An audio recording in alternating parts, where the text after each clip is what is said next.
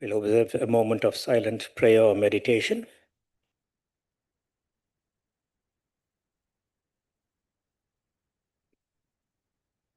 Thank you. You may resume your seats.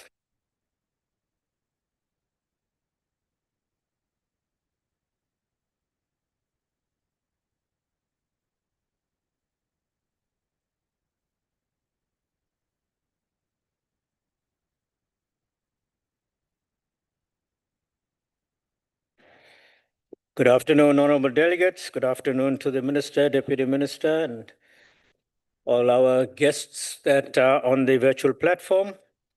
Before we proceed, honorable members, I'd like to mention that we have a few apologies. And we have one from the Honorable Chairperson of Council and the Honorable Adebe, who are both at the CESPOC Commonwealth Conference that is happening in Gauteng this week. So both of them are there, and that's the apologies from them. I would also like to read out the ruling that we kept in abeyance, and this was on the point of order that was raised by Honorable Badenhorst on the 2nd of June. Firstly, I would like to introduce the issue. The honorable delegates, during the policy debate on Budget Vote 29 on agriculture, while Honorable Montouedi was debating, the Honorable Badenhorst rose on a point of order in terms of Rule 61B, stating that, and I quote, "It's a matter of fact that foot and mouth disease existed before Minister Steenhuisen became the minister. So that honorable member must retract that statement, that it only became into being when Honorable Steenhuisen arrived," unquote. 2. At the time, I undertook to consult the Hansard and the parliamentary audio-visual recordings and revert to the House with a considered ruling. 3. Honorable delegates, having consulted the Hansard and listened to the parliamentary audio-visual recording, the Honorable Montouedi is recorded as having said the following, and I quote, "The DA minister who just addressed us now has caused the mess we find ourselves in today. South Africa maintained an FMD status without vaccine until the arrival of John Steenhuisen as a Minister of Agriculture, and the crisis worsened." 5. Before Honorable Montouedi was interrupted by the point of order, he is recorded as having said, and I quote, "We all know that the current Speaker of Parliament, Ms. Toko Didiza, while serving as the Minister of Agriculture in the 6th Parliament, established a multidisciplinary task team that successfully contained," and he goes on, unquote. 4. In disputing the allegations by Honorable Badenhorst, Honorable Montouedi emphasized that, and I quote, "I said FMD was better contained under Toko Didiza. I never said it was not there," unquote. Issue. The question before the Deputy Chair is whether the Honorable Montouedi made the statement as alleged by Honorable Badenhorst, and if so, whether such statement constituted a deliberate attempt to mislead the House in contravention of Rule 61(1)(b). Analysis 1. Rule 61(1)(b) states that no delegate may deliberately make a statement which the delegate knows to be false. 2. Having perused Hansard records and listened to parliamentary audio-visual recordings, I have ascertained that Honorable Montouedi did not make the statement as alleged. It is evident from his speech, and as I quoted earlier, that FMD had existed before Honorable Steenhuisen became the minister. However, it worsened under his leadership, according to Honorable Montouedi's view. This is further evident from Honorable Montouedi's statement, and I quote, "South Africa maintained an FMD status without vaccine until the arrival of John Steenhuisen as a Minister of Agriculture, and the crisis worsened," unquote. Moreover, Honorable Montouedi acknowledged the existence of FMD before the current administration, as he stated that FMD was better contained under Honorable Toko Didiza, who was a Minister of Agriculture during the 6th Parliament. 3. Having carefully perused the Hansard and listened to the parliamentary audiovisual recording, I am satisfied that Honorable Montouedi did not state that foot and mouth disease only came into existence upon the appointment of Honorable Steenhuisen as minister. 4. The remarks made by Honorable Montueri, properly construed and read in context, amount to a political criticism of the handling and worsening of the foot and mouth disease crisis during the tenure of the current minister. The statement reflects the Honorable Minister's assessment of the management of the matter and not a factual assertion that the disease itself originated during the current minister's term of office.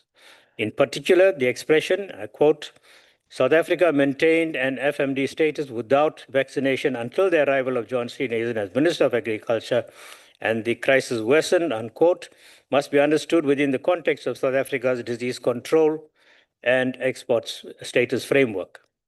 The statement relates to the country's recognized foot and mouth disease status and the subsequent deterioration of that status, rather than suggesting that the disease itself did not previously exist.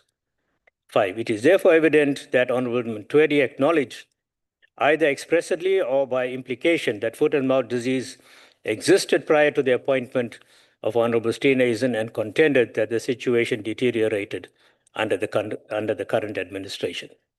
6. Accordingly, I cannot find that Honorable Montueri deliberately misled the House as contemplated in Rule 61(1)(b). 7. Moreover, I have observed recently that points of orders are being raised as a response to what a speaker on the podium is saying, as the case on this matter. 8. In this regard, I would like to urge honorable delegates to guard against raising on points of order, especially where they hold a different view with the speaker on the podium. The practice of this House and Parliament in general is where the member holds a different view or differ with the speaker on the podium, he or she should use the opportunity allocated to him or her when debating to raise those matters instead of rising on a point of order. 9, this is what debates are all about. That is the very purpose of parliamentary debate. The ruling, therefore, 1, I therefore rule that the allegations made by Honorable Badenhorst against Honorable Montueri cannot be sustained, and therefore the point of order cannot be upheld because it was just a response to the speaker on the podium.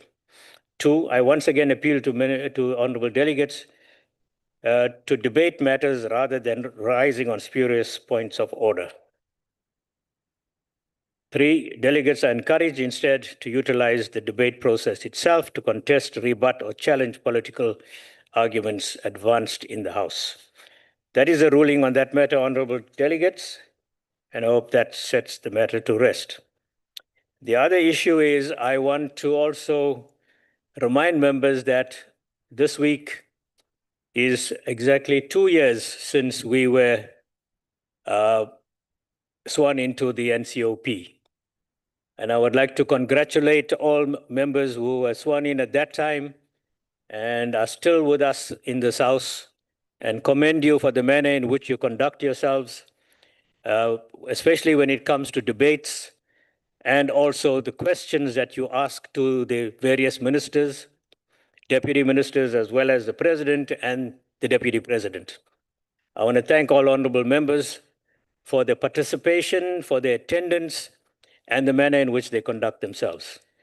I think you can give yourselves a round of applause. Thank you very much. Now, on to business of the day. I want to once again welcome the Honorable Minister, smart and stylish as always. Welcome, Minister. I know you like this House, so we always welcome you, and together with your Deputy Minister, thank you for being here with us. I also want to welcome the guests in the gallery, and I hope you'll enjoy your afternoon with us and join us whenever you feel you'd like to. Honorable delegates, I'd like to remind delegates that rules, in particular sub-rules 21, 22, and 23 of Rule 103 would apply. I would also like to welcome the special delegates that are on the platform, as well as SALGA representatives to the House. Honorable delegates have been informed that there will be no notices of motions or motions without notice. And therefore, honorable delegates, I shall now proceed to the order of the day, and that is a policy debate on Budget Vote 41, Water and Sanitation Appropriation Bill B4 of 2026. the National Assembly, Section 77 bill. Honorable delegates, I now call upon the Honorable Majondina, the Minister of Water and Sanitation, to open the debate for 18 minutes. Honorable Minister.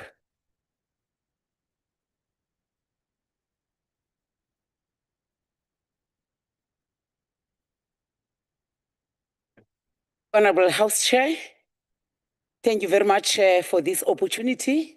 To dear honorable members of this august House, thank you for this budget vote opportunity. Deputy Ministers, Mahlobo and Sitlulo, our DG leading a solid administration over there on my right, and Mrs. Mahlobo, who's here to support, hey, better half. I'm alone, I'm supporting myself, ngoba andinamntu. Thank you very much, Honorable Chair. The chair of our select committee, Honorable Kaunda, and the members of the select committee who have done a good work in oversighting us. Today, we are here in the National Council of Provinces, a unique place in our democratic architecture because it gives us the lived realities of provinces. The name itself, it explains who you are, what is your role. Municipalities and communities, districts and provinces, they depend on you to feed back on the challenges as well as the successes that we are doing as lawmakers. Honorable members, the debate therefore provides us with an important opportunity to report directly to you as representatives of the provinces on the work that the government is undertaking to improve water, security and sanitation services across the country. Let me also acknowledge the special delegates that might be on the virtual platform, the leadership of SALCA. Communities across many provinces continue to experience water interruptions. That's a fact. Aging infrastructure, sewage spillages, poor maintenance and high level of water losses. In some instances, areas such as Gauteng, Western Cape, in the deep rural areas, in KZN, as well as Free State, there is an infrastructure. That is, there's no question about it. However, taps exist, but what does not flow is water consistently, and that is the cry of South Africans. In other areas, wastewater treatment plants and systems have deteriorated to unacceptable levels. Honorable members, it is precisely because these challenges made the president to declare water as a crisis on the 12th of February 2026. And directed government to intensify intervention across the sector.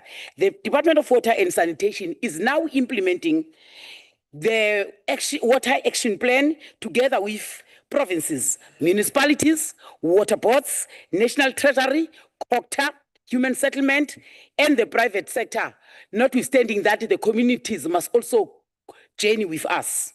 Today, I wish to focus specifically on what the department is doing in each province and specifically in each and every municipality to improve water and sanitation services. How are we unblocking the delayed projects, support municipalities, expand infrastructure, and restore dignity to our people? The message we bring today is that government is intervening decisively. Projects are being accelerated, and partnerships are being strengthened to ensure that communities receive reliable water and sanitation services. As we strengthen municipal water services, honorable members, municipalities remain a center of water and sanitation service delivery. While the department is responsible for water resource management, regulation, as well as bulk infrastructure, municipalities remain responsible for ensuring that water reaches household and business, and that business meaning reticulation and distribution is squarely on municipalities. We can play our role, but we cannot take over their function. For this reason, honorable members, the department has intensified support to municipalities, particularly those municipalities experiencing severe service delivery challenges, including leaks and non-revenue water. In the current financial year, the department has allocated 12.3 billion through infrastructure grants to municipalities. These funds support the regional bulk infrastructure grant project as well as water services infrastructure grant project across all provinces. We are prioritizing projects that bring immediate improvement to communities. These include, amongst others, completion of long-delayed infrastructure projects, rehabilitation of failing water treatment works as well as wastewater systems, expansion of water supply to unserved communities, groundwater development and boreholes project, interventions to improve drinking water quality and reduce of sewer spillages. That is why on the 31st of March, we've issued a drop report where we are giving a full account on the state of wastewater treatment plants, as well as wastewater systems. We are also increasing the use of water boards as a capable implementing agents to support struggling municipalities. The department is further working closely with COCTA as well as National Treasury to strengthen governance, to improve ring fencing of water revenue and ensure that water service functions are managed professionally and sustainably. Today here, honorable members, honorable chair, our budget allocation has declined from 23.4 billion as it was in 2025-2026 financial year to 22 billion for this financial year 2026-2027. I'm here, Chair, to request all parties, all members, without any exception, to please support this budget. Failing to support this budget, rejection of this budget will mean you are saying we must not unblock projects, we must not give support to municipalities. But what I like, I receive, there are members that I can quote here, but I don't want to speak about them. Today, I know they are going to support. I'm confident. They have all smiles. They are going to support this budget. You see, I received 6 questions per member who previously rejected the budget. But now I know they understand why they must support. And I respond to them without any failure. Why do you let me down then, not supporting the budget? Honorable members, for the first time in this house, you have been given goodies. Inside those goodies, please take out the speech that I'm talking about. Take out the speech, and because I'm not going to read the entire speech, but because you are National Council of Provinces, I'll make a reference on the projects that have been completed. I'll make a reference per province on the projects that are still in pipeline. On page 7 of the speech, Anina Zonin, I hope my office is bringing more. Peggy, you must bring more. On Eastern Cape, I will just summarize. On Eastern Cape, in Sarah Patman in particular, there is Ndambe Bulk Water Project. In that, we have allocated 553 million. This is a 5-phase project. It's an 8-phase project. 5 phases are done. 100%. 2 are work in progress. They are standing at 79%. 1 is still in the work package. In Magana that is spoken about on a daily basis, we have allocated 524 million, of which to date 254 has assisted us to deliver on James Kleinans that I talked about. This is a three-phase project. Phase 1 has been completed and phase 2. Phase 3 is currently on implementation stage. I'm just making those examples that what we have reported here last year, 2025-26, some of the projects that we've reported about, they are completed. Still on Makana, we're focused on Makana because of the strategic nature of Makana. The university, we don't want that university to go away there because that's a sense, that's the only the source of development in that area. We have further on emergency service intervention where the municipality wanted to be assisted. We assisted with 8.3 million and that project has been completed. We further assisted them on smart water meters because they were unable to account for their water. And phase 1 of 1,540 smart is done. Phase 2 is at 98%. It will be done by end of June. And phase 3 it will be completed in 2027. Same with Kokama that were done and dusted with phase 100% for the 14.9 million. There are projects there in Krisani which are done and dusted with 2.5 billion, which is a cluster. So we are left with 2%, which is about checking the snags, trying to connect, trying to commission. So will be done soon by August 2026. I will not finish all the project in the Eastern Cape. I was just making those references. But Eastern Cape is covered up to slide 13. That is the Eastern Cape. But I have so that batho ba go hae ba nkutlwe hore le bona ke ba kile ka ba shebella Jokabi Jokabi district, Sinku municipality in particular, that it is difficult to complete a project on time, on budget in the Eastern Cape because of the mountainous area.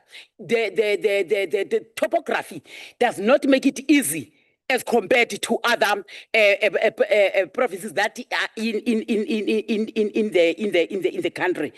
Eastern Cape, KZN, Limpopo is not very easy to complete on time, but we are trying there. We've allocated 361 million. Phase 1 is complete. Phase 2 is under construction with 80%. As I move quick, Free State is on slide number 14. Free State representative, slide number 15. 14, we're talking about Thabo Mofusanyana there, Maluti Apofung, Lijo Lipuza, Machabeng in particular, the one that is owing us a lot, but they are now paying they are trying to pay their debt. We have on one day opened 22 projects on wastewater treatment system as the department because we had to intervene there, and we have put a lot of security around those. That was on the 5th of June. No, of March 2026. Those are the next slide. 15 is still Free State First Letabi, Mwate municipality. Then if you go to Limpopo, Mopani, the 24 villages are under phase 1 are being supplied with water. 450,000 people fully connected. Guyane, we have this project on reticulation for 31 villages for phase 2 is under procurement stage. We are already implementing the Babanana bulk water supply. Limpopo still in Mopani district, Maruleng, Elias Mutswaledi in Skukuni, Fita Khomutubatsi local municipality. The amounts are set there on slide 19, and slide 20 is still referring to Limpopo. This is for your ease reference, members, when you give report in your provinces. KZN, the Zululand district municipality, Mkanyagute, and other municipalities under it. We are already delivering there. Ilembe municipality, Mkungundlovu district municipality is clearly articulated there. eThekwini metropolitan, Lower Mkomazi, good enough abstraction. Soon will be augmenting water in KZN, especially in eThekwini.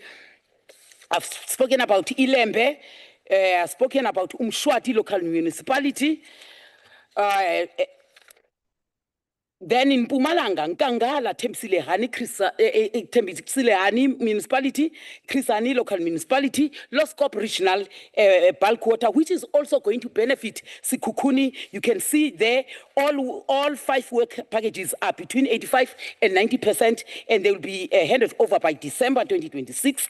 Gert Sibande, which is Likwa local municipality, we are on course even there, comrade. Honorable members and comrades, Mpumalanga province, it continues on slide 30 and slide 31, Nkangala, Emalahleni, Mkondo, Enhlazini. So we have tried to spread our wings as much as possible to ensure that we don't leave other areas. In Northwest, Bujanala, Ngakamudiri, in Mahikeng, as well as Mamusa, Solplati in Northern Cape. The details are over there, honorable members. Uveskap, George, Francis Bar, George Municipality, Drakenstein Municipality, in the Garden Route in Neisner, we have been there. Rural Water Access Project. I'm now on slide number 40. I wanted this interactive way. Rural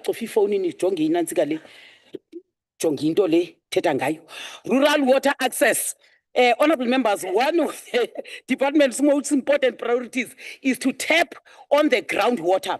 Already, we are making intervention on borehole drilling and groundwater development, protection of natural springs, rainwater harvesting, rehabilitation on non-functional systems, and smart-scale reticulation extension.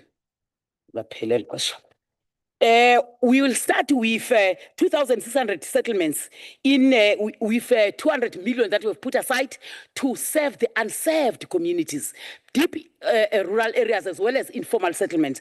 And we are starting in KZN, Gauteng, and Eastern Cape. And we are going to use our own water port, Rand Water, Amatola, and Umgeni Utukela, because this is phase 1. We'll come with phase 2 and phase 3 to involve all our water ports. And we are kickstarting this by July. As we honor Tata Madiba month, we will be honoring it through service delivery. Building capacity and fighting corruption. On the 5th of March, we have established a water sector anti-corruption forum, working with SIU to ensure that we fight the corruption that is in the sector, be it by officials or not. In conclusion, Honorable Chair, the work underway across our province demonstrates that we are a government that is really in action. Together we can build a water secure South Africa. The time of action is now. Water is life, sanitation is dignity. Hence, I'm a minister of life and dignity. I thank you very much.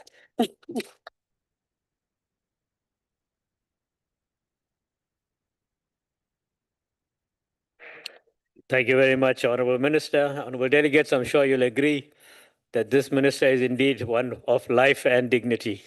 And we want to thank her for that comprehensive report, as well as for giving copies to all of us so that we can peruse that in our own time and, of course, convey whatever is there to our respective provinces. Honorable delegates, now I would like to move to the chairperson of the Select Committee on Cooperative Governance and Public Administration, the Honorable Kaunda, and he has 15 minutes.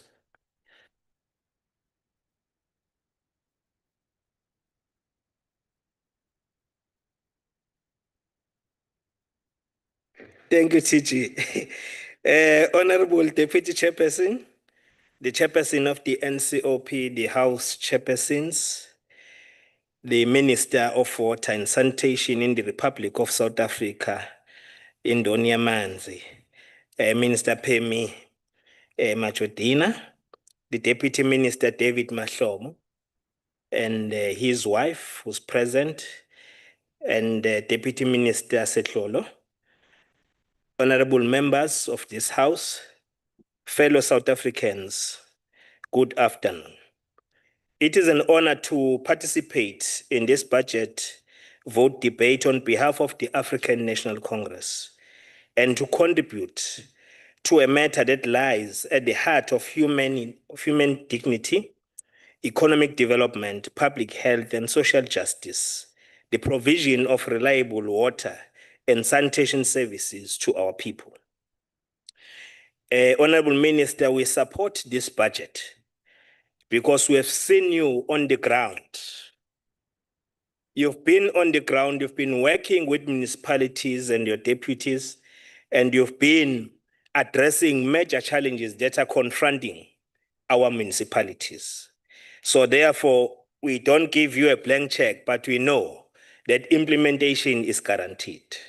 Honorable Chairperson, water is life and sanitation is dignity. As the ANC, we remain guided by the Freedom Charter, which declares that people shall share in the country's wealth and that all shall enjoy equal human rights. Access to clean water and dignified sanitation is not just a service, it is a constitutional obligation. It is foundational to human dignity, equality, and survival. Where water does not reach our people, we are not merely facing a service delivery failure, but we are confronted with a constitutional failure. Amanzi ayimpilo, ayisisekelo sempilo. Uma abantu bengenawo amanzi akukho impilo esingathi bengayithola kanye nokuvikela izifo eziba osomathuba uma ngabe amanzi engekho. Akukho ke nokuthuthuka okungaba khona uma ngabe abantu bakithi nesithunzi sabo singashicilelwa ekuthenini siqinisekiswe ukuthi siyavikelwa. We must position water policy at the center of developmental state agenda. Water drives economic restructuring, spatial transformation, productivity. No economy can function, no agriculture can grow, no township can develop or rural area without water. Simply put, water is economic infrastructure, water is social justice, and water is transformation.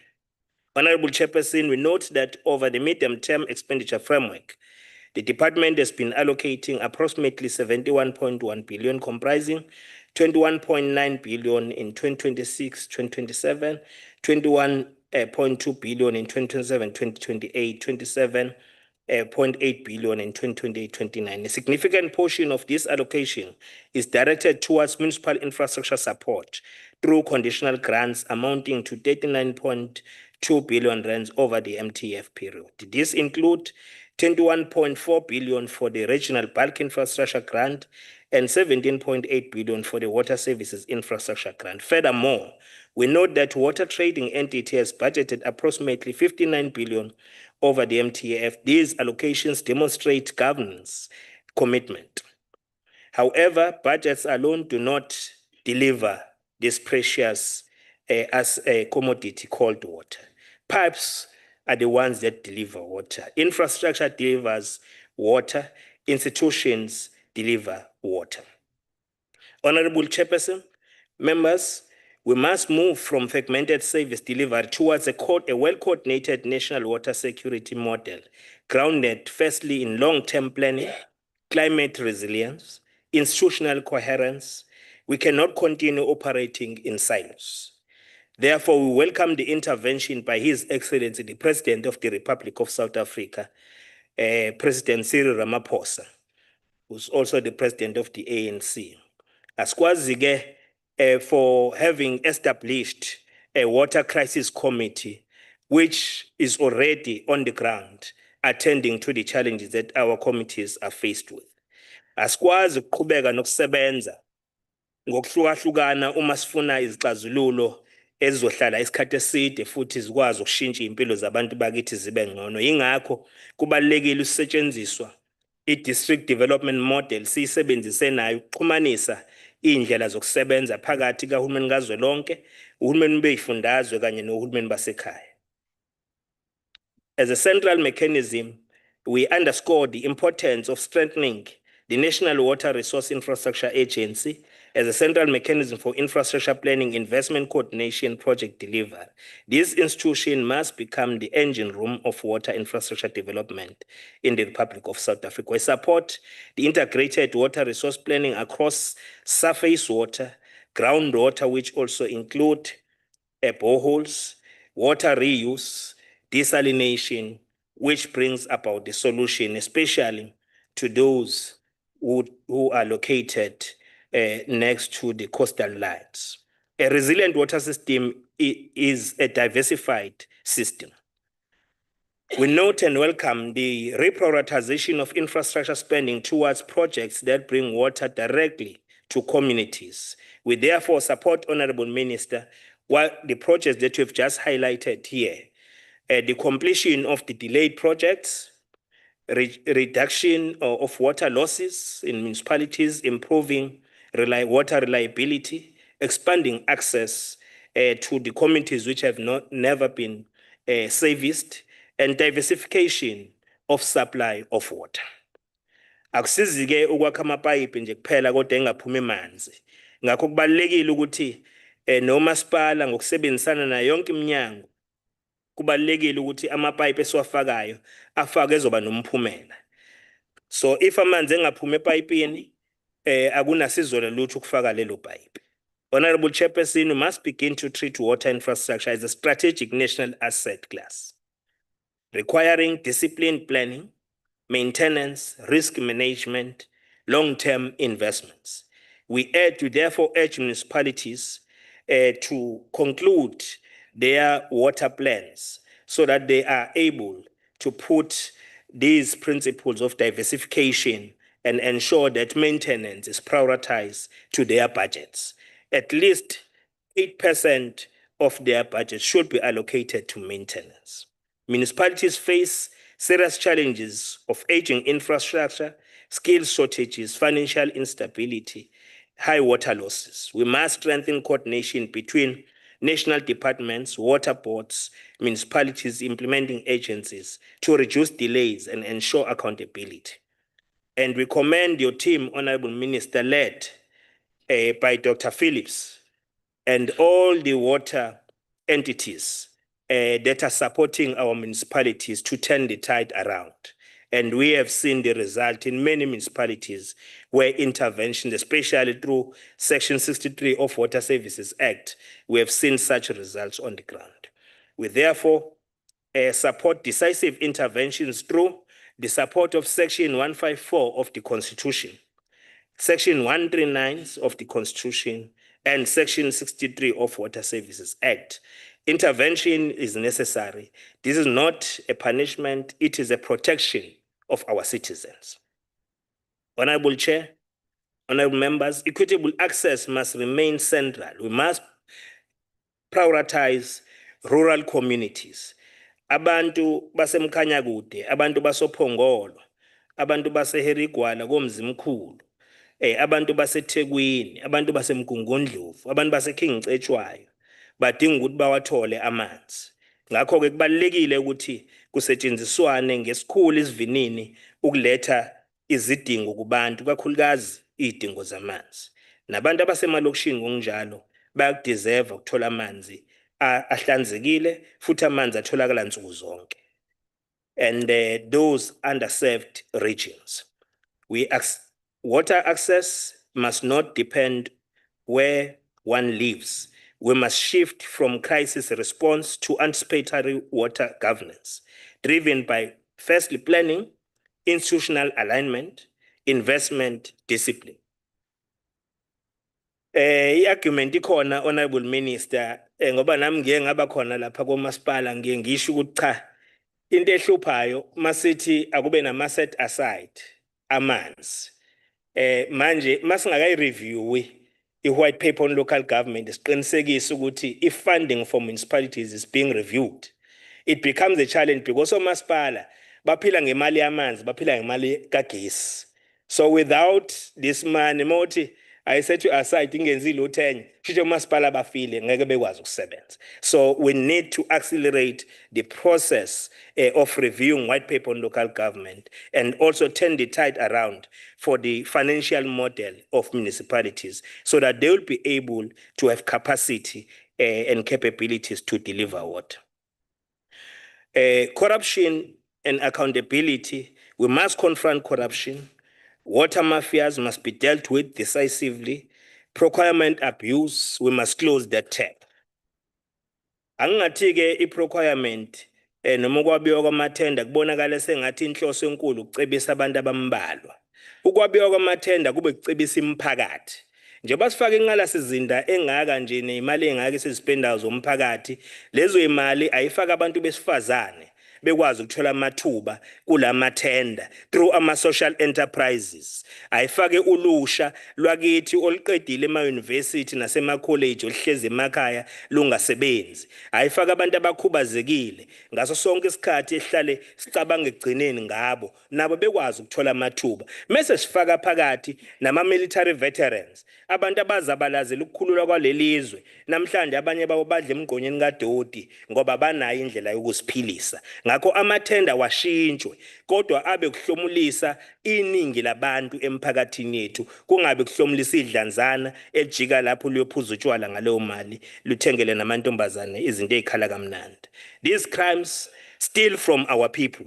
Akekho kufanele acebe ngobuhlungu babantu bakithi, kakhulukazi izimali ezihlinzekelwe ukwenza imisebenzi.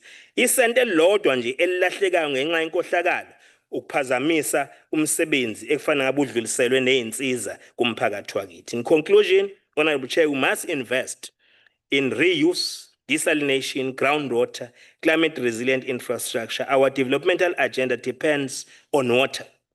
Honorable Chairperson, this budget reflects a clear commitment to strengthening the sector. The African National Congress support this budget, but our support, Honorable Minister, is not a blank check. We want to continue to see implementation, accountability, and delivery of water to our people. The people of South Africa want to see the results. And bayazi umsebenzi emihle enziwe lo uhulumeni kaKhongolose ukuthi uhulumeni obandlululo azange abahlinzeke ngamanzi. Ingakho umasipala mabengena ngoye 2000 umsebenzi oqala mabewubheka ngokwentando yeningi kwakufanele kube kuhlinzekela abantu ngamanzi futhi kudluliselwe kulezo indawo engakaze zibe nawo amanzi inhlobo. Ngakho komasipala akusikona babe negligence kodwa umasipala bathi ake siqale ukwenzela ukuthi wonke umuntu enjoye le service ethiwa amanzi, ake sidlulisele indaweni ebengathintwa nganhlobo uhulumeni obandlululo ngoba abantu bakithi kwakuthiwa bona abangatholi amanzi, abangatholi imigwaqo, abangatholi igesi. Ngakho ke lokhu esikwenzayo siwukhongolose nemithetho namapolisi zinqubomgomo esishayile isishintshile impilo zabantu bakithi zabangcono. Ingakho ke namhlanje sithi bangaphezulu ka-90% abantu bakithi sebekwazi ukuthola amanzi ngoba omasipala baqinisekisile ukuthi imali bayihlinzeka ukufaka i-infrastructure ezoyisa amanzi kubantu. Kodwa ke konke lokho sesikushilo sithi ke i-maintenance asibheke uhlobo lama-grants esingawasebenzisa, Honorable Minister, siwathuthukise lawo ma-grants kakhulukazi. Omasipala sifuna ukubabona bonke beyithengela bona ama-water tankers, bengarelayi kuma-water tanker outsourciwe ngoba yiwona adla ama-millions. Lawo ma-millions yiwona ngabafaka amanzi ahambisa amanzi emphakathini yakithi.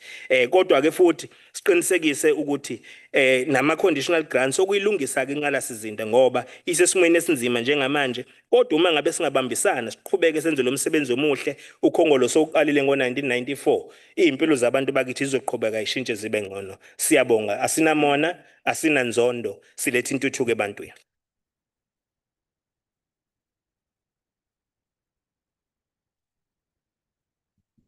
Thank you, Honorable Kaunda.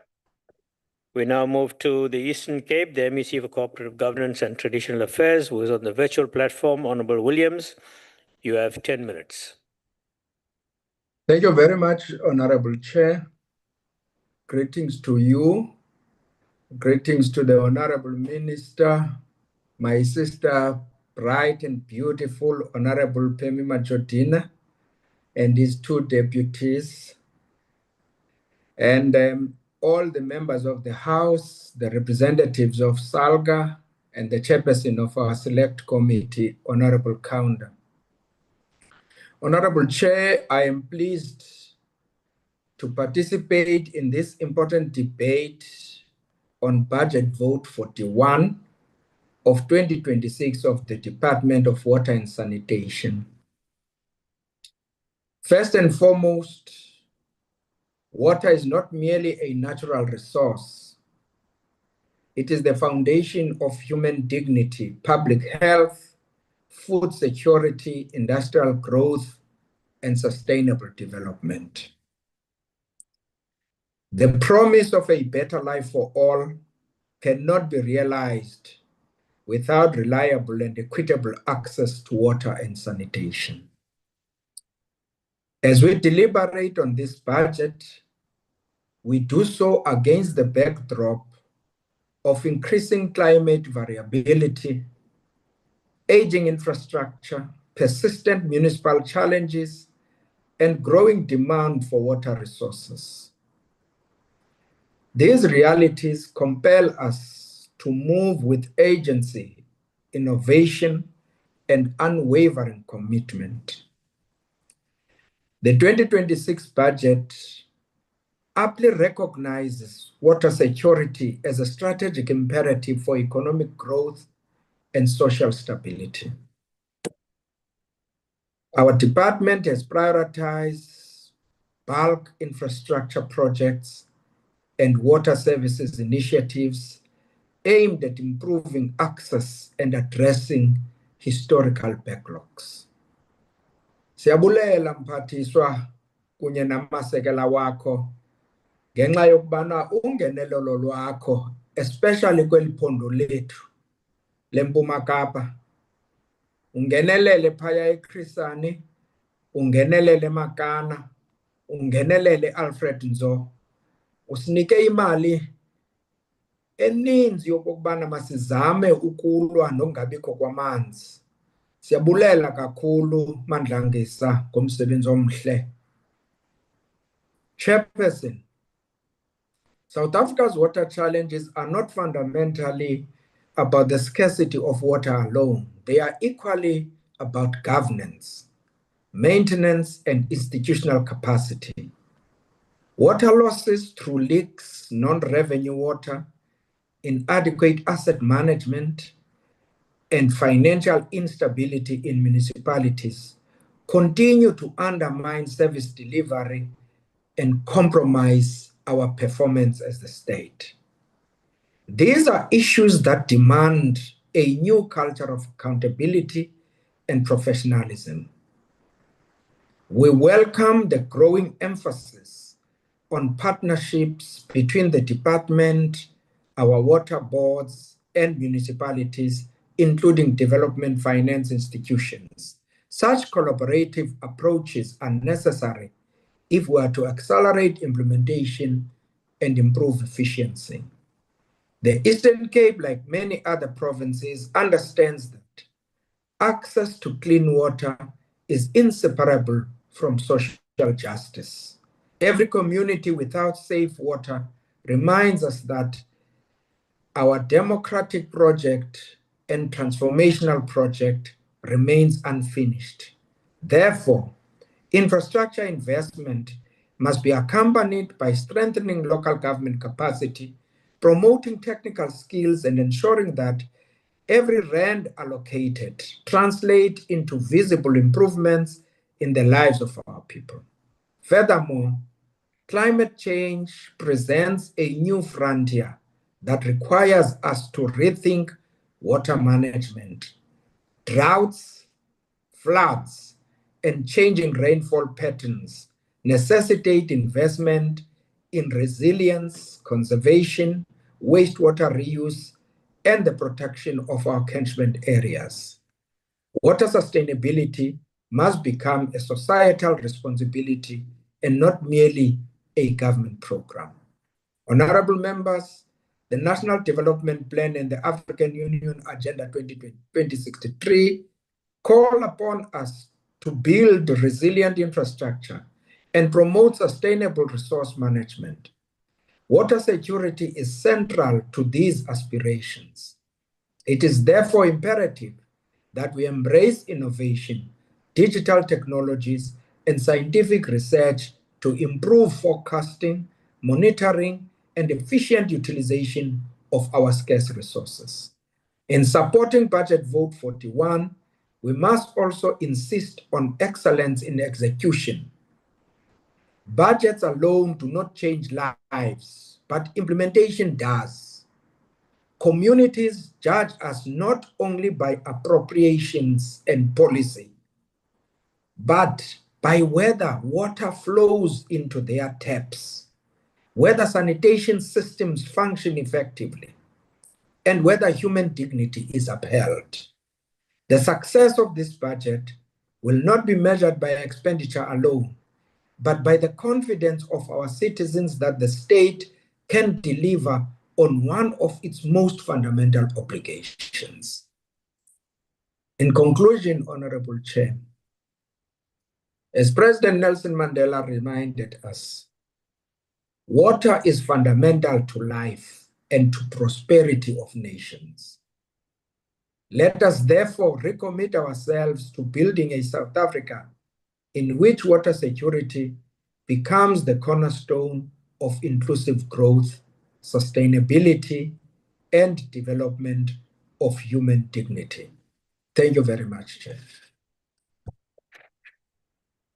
Thank you very much, Honorable MEC Williams. We now move on to the next contributor to this debate, and that is the Honorable Dr. Skriehokel, who has 7 minutes.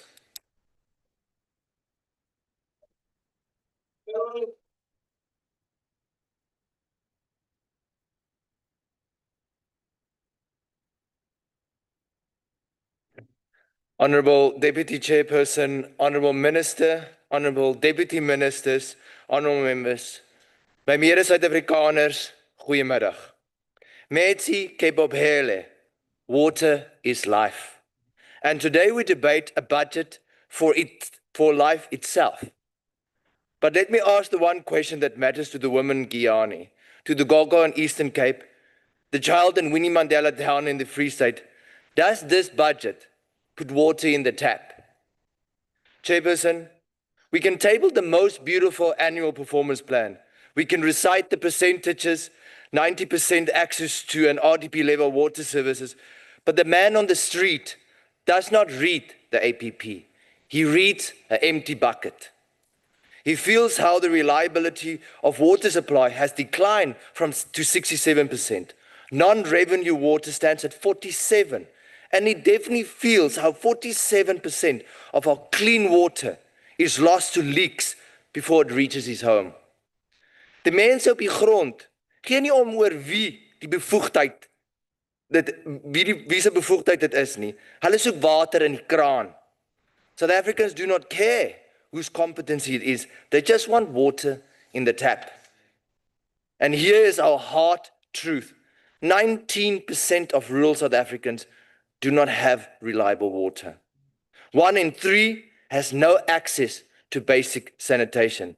In Limpopo, people drink from boreholes laced with E. coli, near the very schools where our children learn. This is not a statistic. This is the mother boiling dirty water and praying it does not make her baby sick.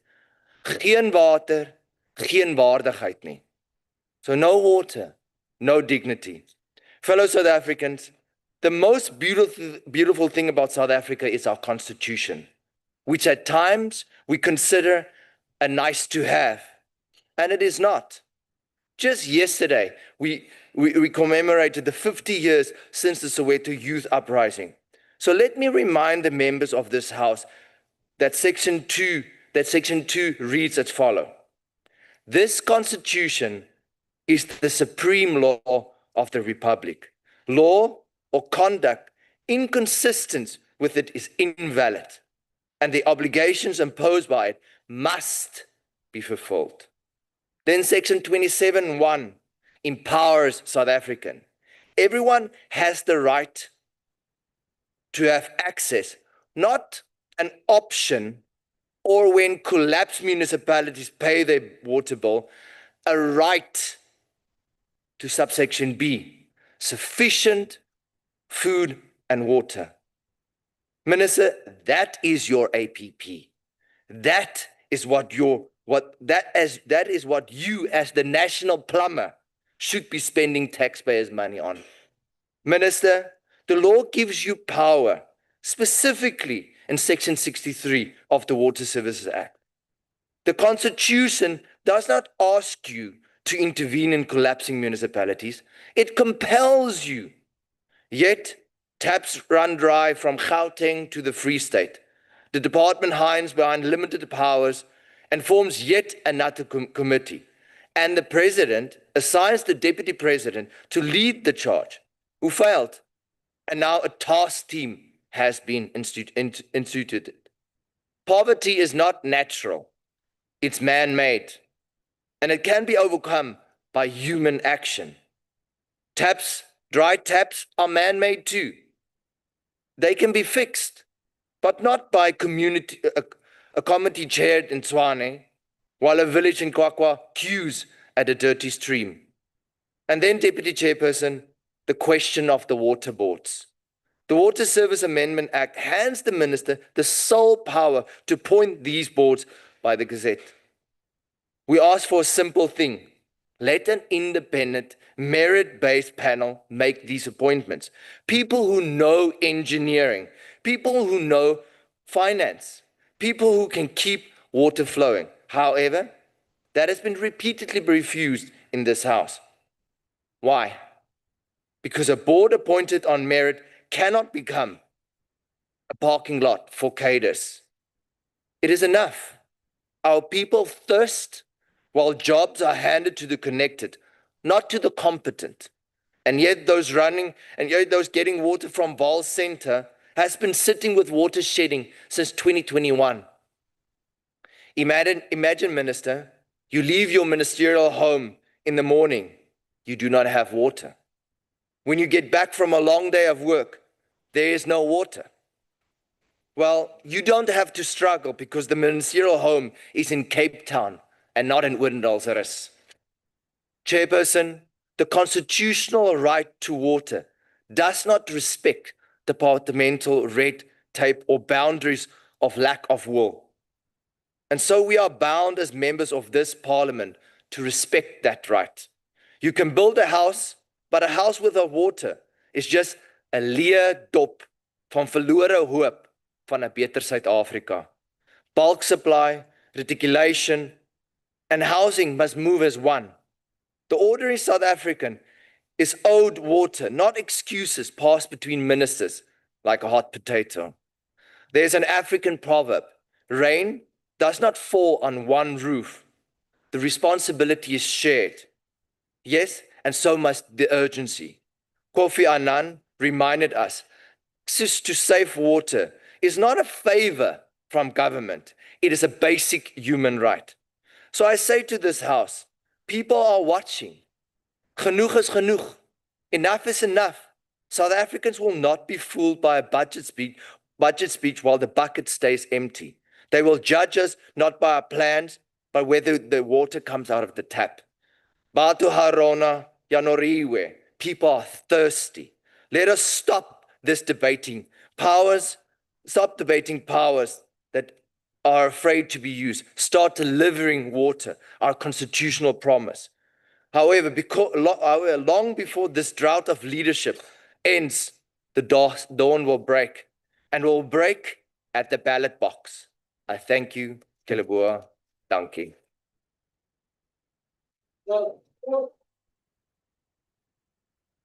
Thank you very much, Dr. Skriakoko. The next member to participate is the Honorable Mabebo, who has 12 minutes.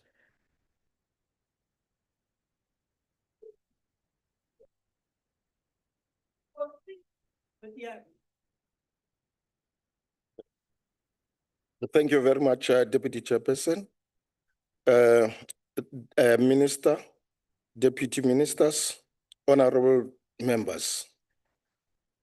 Rebuilding water governance and restoring institutional accountability. Water is not merely a resource. It is a foundation of public health, economic growth, social stability, and human dignity. Yet millions of South Africans continues to experience unreliable water supply, failing sanitation systems, deteriorating infrastructure, and declining public confidence in the institution responsible for delivering these essential services. The challenge before us is not only one of infrastructure, it is fundamentally a governance challenge. Effective water governance requires institutional discipline, accountability, and a performance driven culture across all spheres of government. While South Africa possesses progressive legislation and sound policy frameworks, implementation failures continues to undermine service delivery outcomes. Too many municipalities are burdened by aging infrastructure, inadequate technical capacity, weak financial management, and poor governance systems.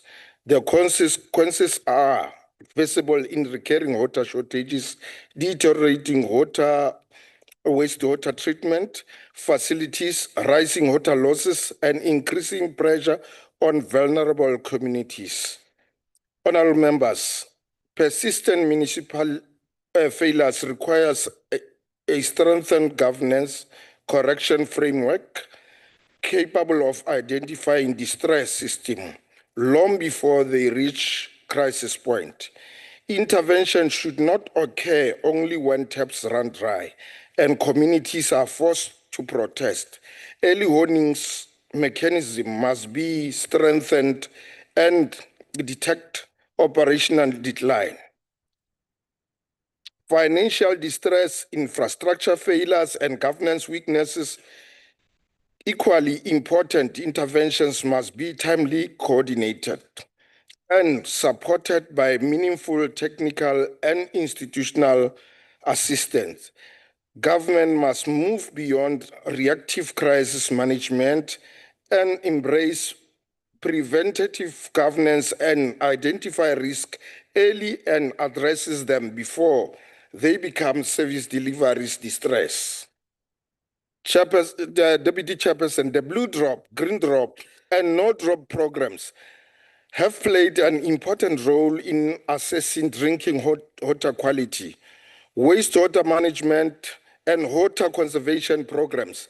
However, management and water conservation performance assessment alone is no longer sufficient. These programs must evolve into enforceable accountability mechanisms supported by the measurable consequences pathways. Municipalities that consistently perform poorly must face corrective measures, while those demonstrating excellence should be recognized and incentivized. Performance monitoring without accountability creates report. Performance monitoring with accountability delivers result.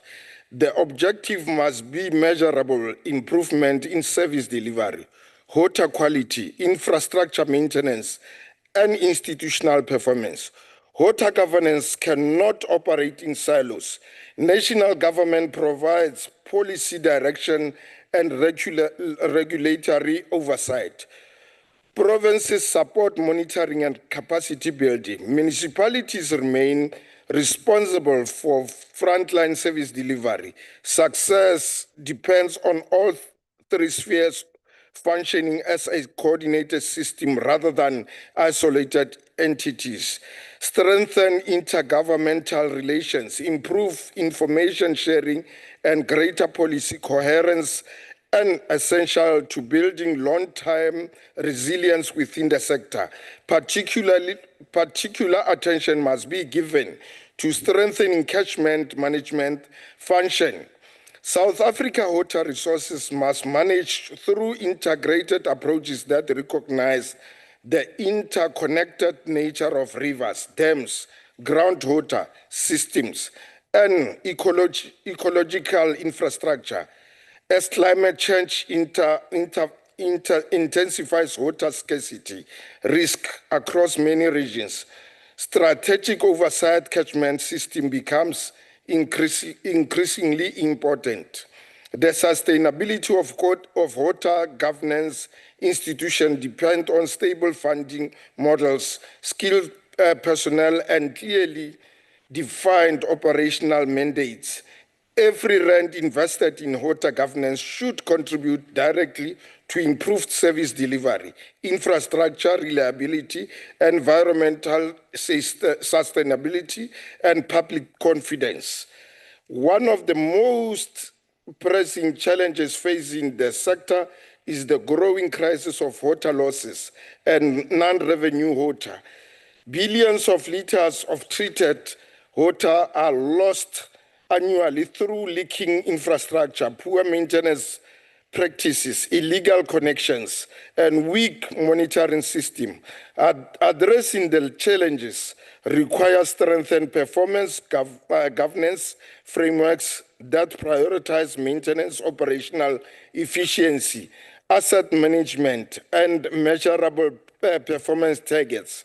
Infrastructure maintenance must become an ongoing operational priority rather than a response to failure. The future of water governance will increasingly depend on a digital modernization and technological innovation, smart infrastructure monitoring system, predictive analytics, remote sensing technologies, and real-time data platforms can improve efficiency and strengthen accountability.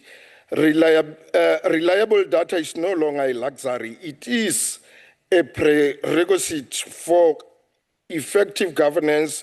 Investing in digital transformation will enable government to respond faster, plan more effectively, and utilize resources more efficiently. Equitable access to water remains a constitutional imperative and a more moral obligation. This transformation of water allocation and licensing system remain critical to advancing social justice and economic inclusion. Historically disadvantaged communities, emerging farmers, and previously excluded economic participants must have fair opportunities to access water resources. Transformation and sustainability are not competing objectives. They are complementary pillars of responsible water governance. Ultimately, governance reform is about restoring public confidence. Communities must trust that institutions for water and sanitation service are capable, ethical, responsive, and accountable. Public confidence cannot be legislated into existence. It must be earned through visible improvements in performance, transparent decision-making, ethical leadership, and measurable service delivery outcomes. South Africa do not judge government by policy documents alone. They judge government by whether water flows from their taps, whether sanitation systems function properly, and whether public institutions fulfill their responsibilities. That is the standard by which we must measure ourselves as we confront growing infrastructure pressure, climate challenges, population growth, and physical constraint. Rebuilding water governance is not an optional reform. It is a national necessity.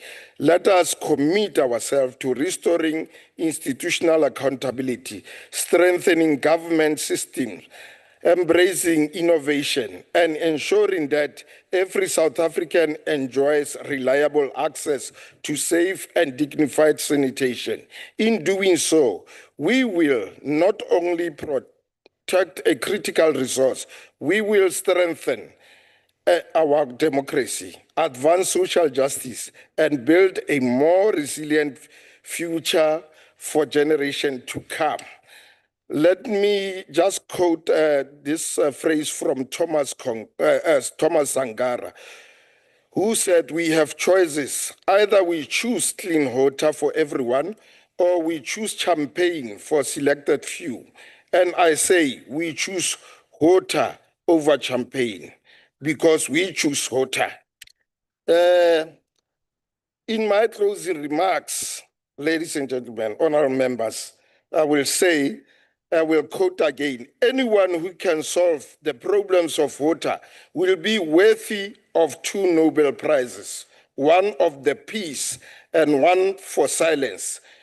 John F. Kennedy, that is the quote from John F. Kennedy.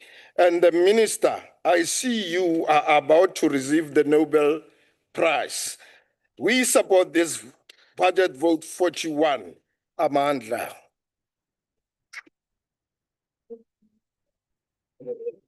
Thank you very much, Honorable Bebo. We're handing out peace prizes now. That's good. We now go on to the Deputy Minister of Water and Sanitation, the Honorable Seslo, for 15 minutes.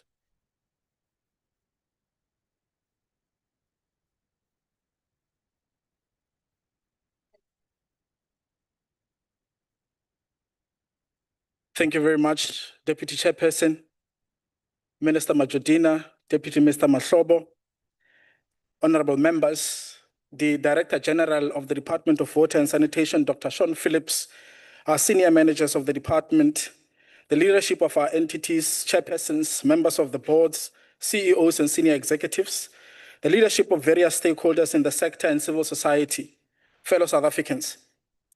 From the onset, Honorable Deputy Chairperson, we must echo the department's commitment to ensure that water flows to the taps of every home and every business in all corners of our country. But our hard work and commitment must be met by better governance in municipalities. Municipalities play a key constitutional role in bringing water to the people of this country. This is a truth we cannot ignore. For water to flow, municipalities must be functional. To illustrate this point, as Chairperson, one of the simple tale of two municipalities, as it were, in Gauteng, in Emfuleni and Midvaal. Midvaal municipality, which is often celebrated as the best run municipality in Gauteng and has consistently achieved clean audits from the Auditor General. Emfuleni, on the other hand, has struggled significantly with a decaying infrastructure, persistent power outages, water crisis, and severe financial distress. As a result, these neighboring municipalities have different water and sanitation realities. The key ingredient in this difference is governance.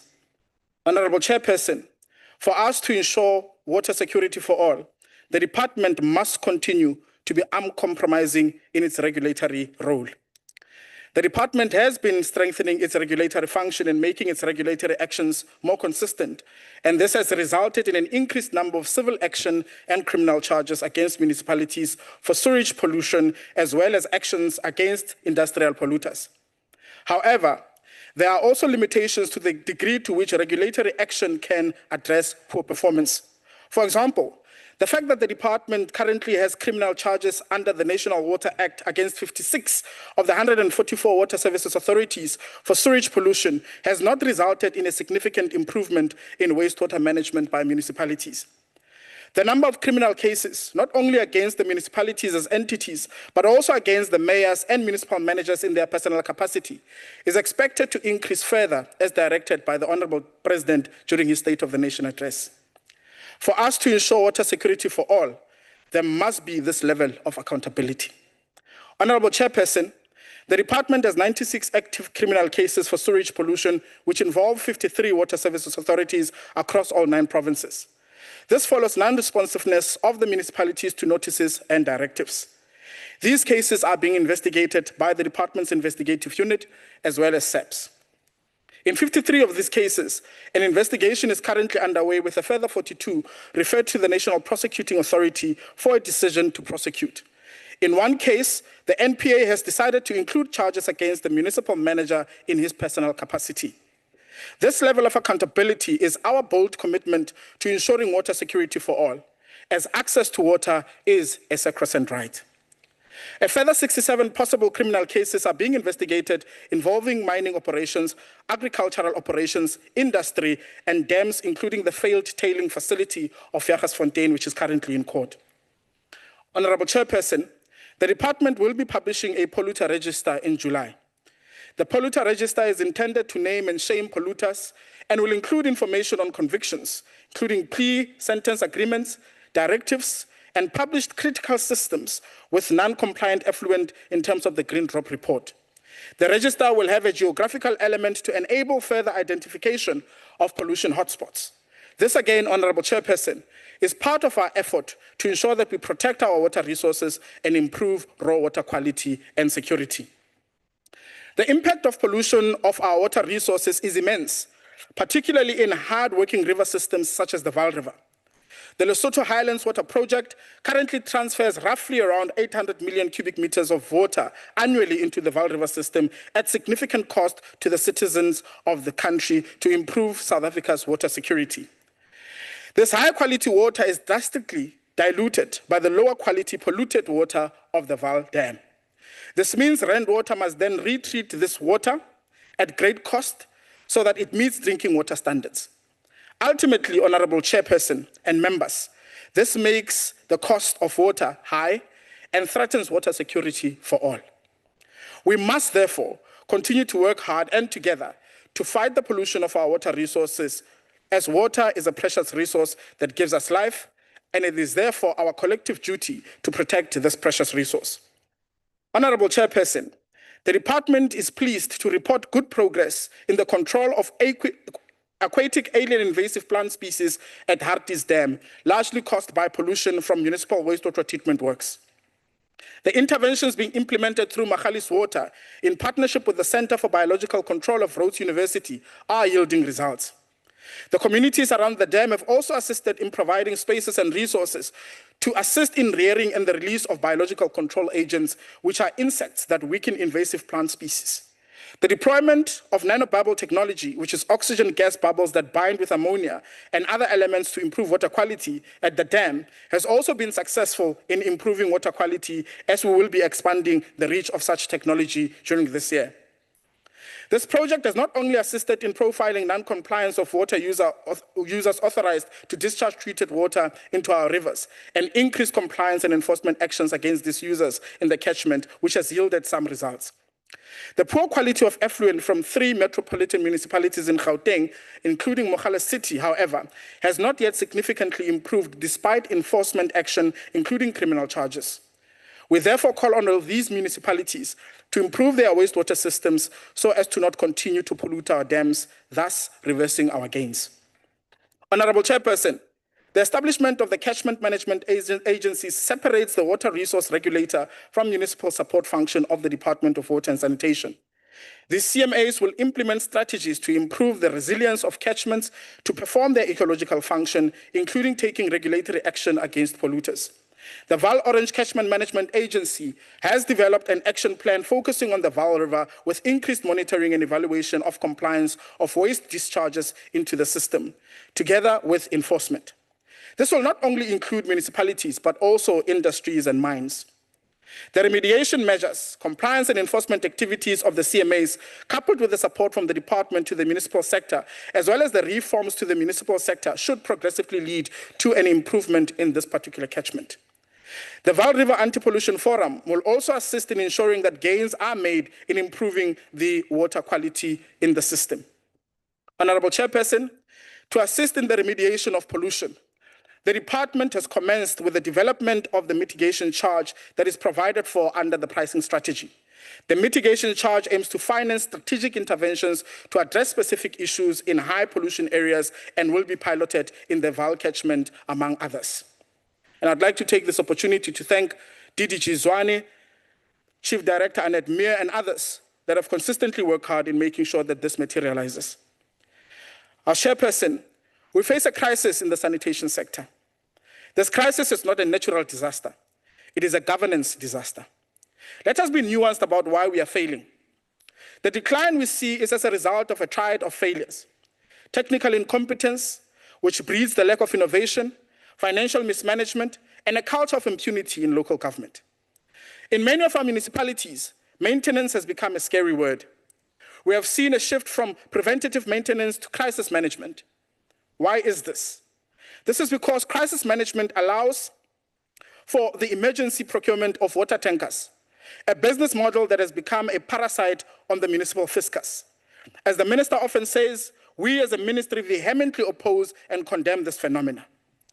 We must work together to rid ourselves of this betrayal of our country.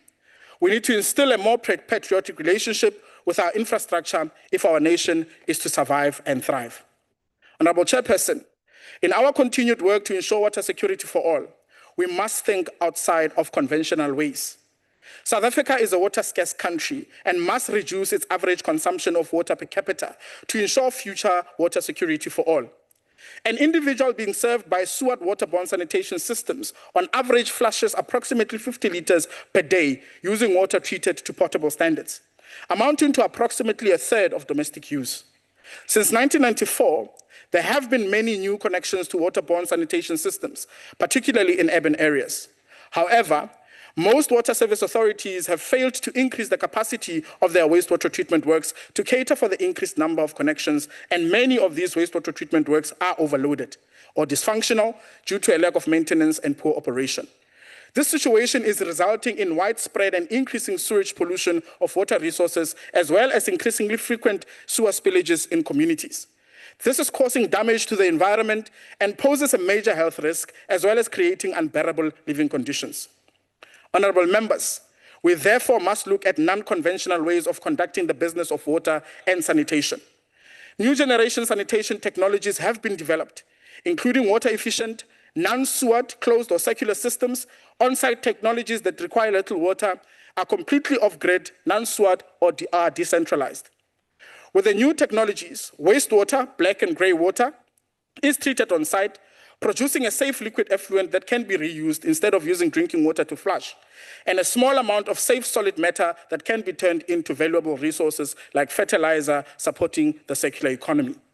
These technologies aim to provide sanitation services without the high capital investment and water usage required for large waterborne sewered systems with centralized wastewater treatment works, which reduce the risk of pollution by reducing large networks of conveyance and reducing the number of assets that have to be operated and maintained.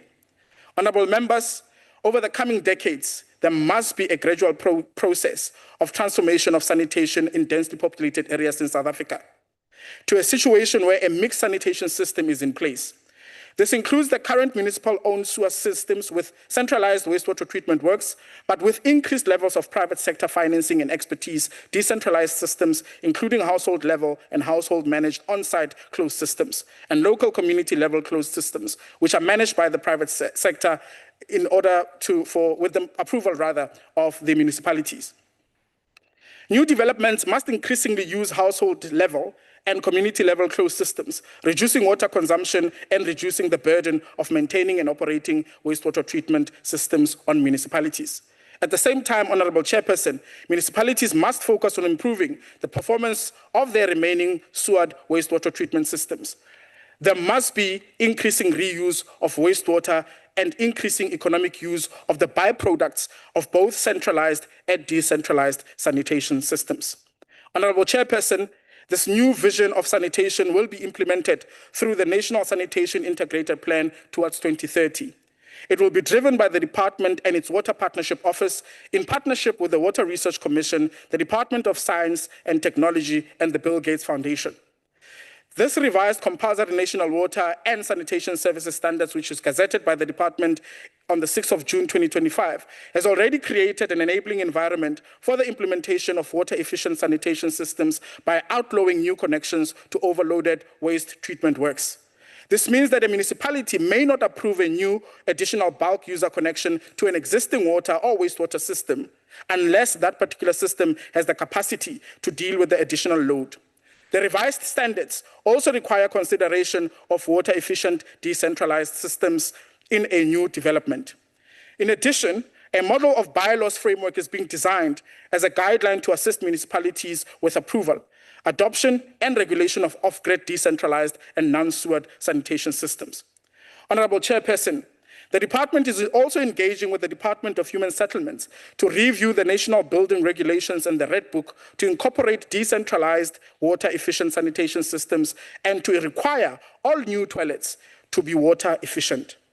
Furthermore, the Department of Water and Sanitation, the Water Research Commission, the Department of Science and Technology, and the DTIC are collaborating on supporting innovation and science for new sanitation technology and solutions.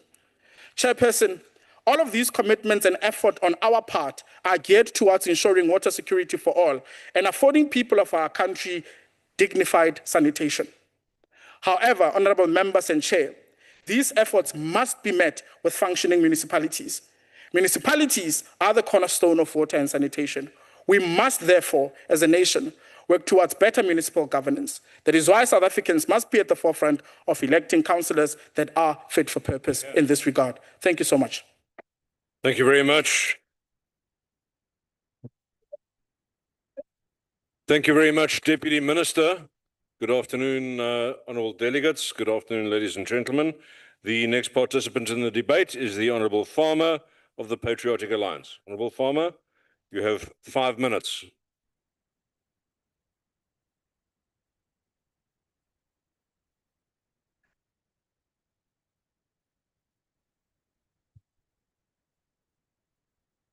Honourable Chairperson, Honourable Minister, honourable members, I greet you in the name of Jesus Christ, our Lord and Saviour. Chairperson, there is a simple truth that every South African understands. When the taps run dry, nothing else works. Schools cannot function, clinics cannot operate properly, farmers cannot produce food, and families cannot live with dignity. Water is not a luxury, it's life. That is why this budget vote is one of the most important before this House. The Patriotic Alliance support investment into water and sanitation infrastructure because we understand that reliable water supply is fundamental to economic growth, public health, and human dignity. We note government's continued investment into bulk water infrastructure, treatment facilities, municipal water projects, and sanitation programs. These investments are necessary. But Chairperson, funding alone will not solve South Africa's water crisis. Implementation will. The truth is that many communities are not suffering because South Africa lacks water. They are suffering because infrastructure is failing. Pipes leak. Reservoirs are poorly maintained. Pump stations break down. Wastewater treatment plants collapse. Infrastructure projects are delayed and communities are left waiting. In many municipalities, treated water never reaches households because it's a loss through aging infrastructure and poor maintenance. This is not simply an engineering problem, it's a governance problem. Chairperson, the Patriotic Alliance believes that municipalities must be held accountable for maintaining critical infrastructure. We cannot continue to spend billions building new projects while existing infrastructure is allowed to collapse. Maintenance is not glamorous and does not make headlines, but maintenance is what keeps water flowing. Chairperson, the Patriotic Alliance is particularly concerned about communities living in informal settlements. For too many South Africans, access to clean water and dignified sanitation remains a daily struggle. People still stand in long queues at communal taps and families still live next to overflowing sewage. Children still grow up in conditions that compromise their health and dignity. This cannot become normal. Housing delivery, water provision, and sanitation services must work together. A house without water is not dignity. A community without sanitation is not development. A municipality that cannot provide basic services is failing its people. Honourable members, the PA therefore calls for stronger oversight, stricter consequence management, and greater transparency in water infrastructure procurement. Communities deserve to know where the money is going and whether projects are on schedule. They deserve to see those responsible held accountable when projects fail. Chairperson, this debate is ultimately about dignity. The Constitution promises access to sufficient water. That promise must mean something in practice. Government must deliver. In closing, Honourable Minister, 51 children is drowned in an abandoned 50-meter quarry filled up with water which is chemically contaminated in Heidedal. After parliamentary oversight in November 2025, a hydrogeological study was done, of which such report remains missing. Still to this day, Honourable Minister, you are yet to answer to some of the questions raised. It makes one wonder if those children would have been of white or black descent. Even though the Patriotic Alliance supports Budget Vote for 41, we support it with a clear expectation. Every South African, regardless of where they live, should be treated with the same importance than anyone else. Because, Honourable Minister, Colored lives matter too. Salute. Thank you, Honourable Farmer. Honourable delegates, the next speaker represents the Democratic Alliance, and it's the Honourable Badenhorst, who has 7 minutes.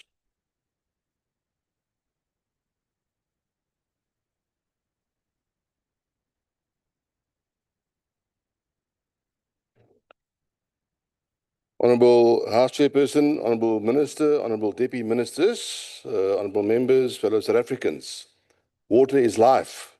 Yet across South Africa, the quality of that life is being steadily eroded by a crisis that receives far less attention than water outages. The pollution of our rivers, dams, wetlands, and groundwater by failing municipal wastewater treatment plants are critical. For too long, the debates focused only on whether water reaches the tap. But South Africans have every right to ask another question. What is the quality of the water flowing through our rivers, stored in our dams and drawn from underground aquifers? The reality is deeply concerning. Across the country, aging and dysfunctional wastewater treatment works are discharging partially treated or in some cases untreated raw sewage into our water resources. The consequences are visible in collapsing river systems, deteriorating dam water quality, environmental degradation, and increasing risks to public health.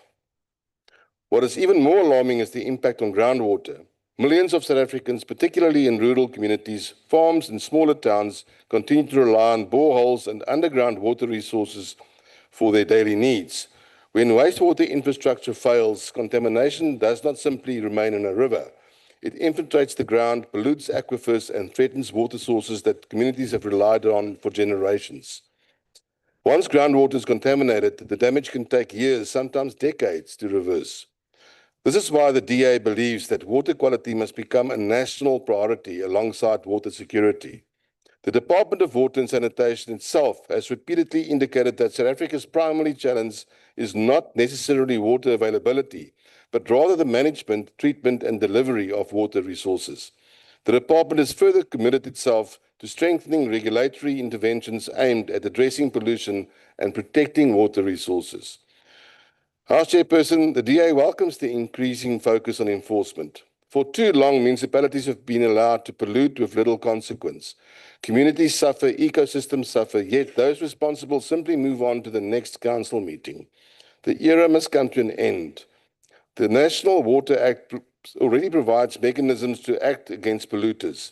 Those powers must now be exercised decisively and consistently. Where municipalities repeatedly fail to operate wastewater treatment works, the department must not hesitate to issue directives, pursue civil recovery actions, and where warranted, open criminal cases. Most importantly, accountability cannot remain institutional alone.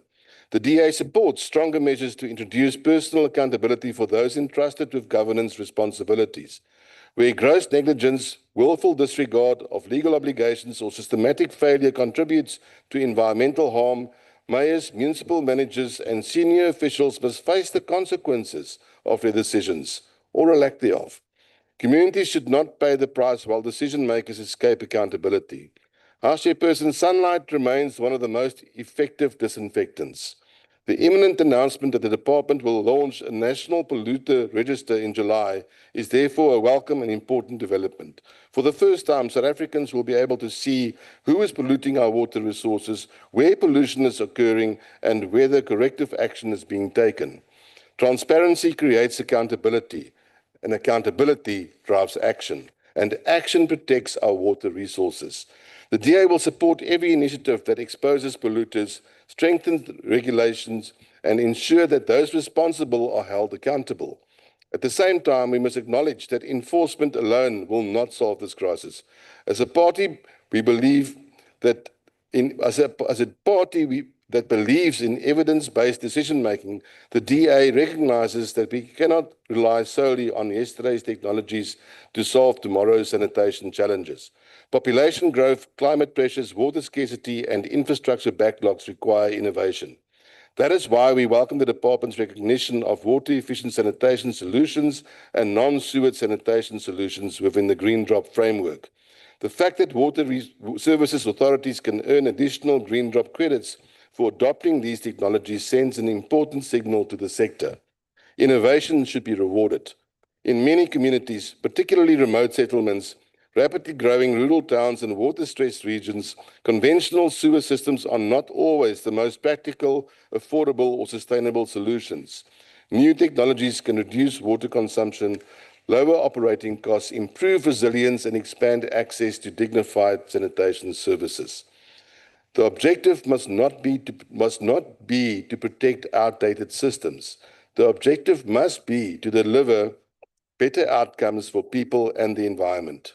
House Chairperson, the fight for clean water is ultimately a fight for public health, environmental sustainability, and human dignity. South Africans deserve rivers that are not contaminated by sewage. They deserve dams that are safe and protected. They deserve groundwater that remains fit for future generations. And they deserve municipalities that treat wastewater before it enters our environment. The DA supports stronger enforcement, greater transparency through the National Polluter Register, meaningful consequences for those who fail in their duties, and the adoption of innovative sanitation technologies that are proven to work. Because protecting our water resources is not optional, it is fundamental to building a capable state, safeguarding public health, and securing South Africa's future. I thank you. Thank you very much, Honourable Badenhorst. Honourable delegates, we now ask the Umkhonto weSizwe party to speak, and they are represented now by the Honourable Nzimande, who has 8 minutes.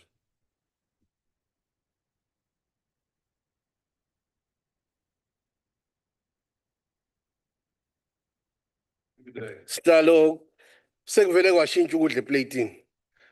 Minister siyasibonga izipho zinhle kodwa ke nakho kubalekile. Thina simele abantu abangacaphuni intweni abayihluphekelayo. Simele izalukwazi izingane omama kanye namadoda ahambi amabanga amade eyofuna amanzi ngoba lo hulumeni cha uyehluleka ukuthi abanikeze. You see, unless this parliament or this house decisions is subjected to test in courts, our people will continue to be subjected to this problem. Because the reasoning of the people that are coming here, they are able to identify the problem, but they are reasoning to conclusion. There is no rational connection. There is a problem. The continued conduct of the ANC, Nkatha, and the right-wing parties to finance unsound and irrational plans with no direct impact to the lives of citizens is not supported by MK party. The plans are the enabler, and if incorrectly couched, definitely they are not going to bring the change to the lives of our people. As long as the GNU is not subscribing to clean and good governance, corruption will persist. This is evident on the investigation by the Special Investigating Unit probing major water projects, including Kiani, the Val River System, Royval Wastewater Treatment Works, Lipile, and eThekwini projects. Further, the manifestation, as confirmed also by the Minister, of corruption under this administration through water tanker syndicate, presumed to be involving GNU partners. Uyabona mina ngizalwa lapha eZola kaMshazafi. Sekuphele 2 weeks awekho amanzi eZonke eJabulani eDobsonville.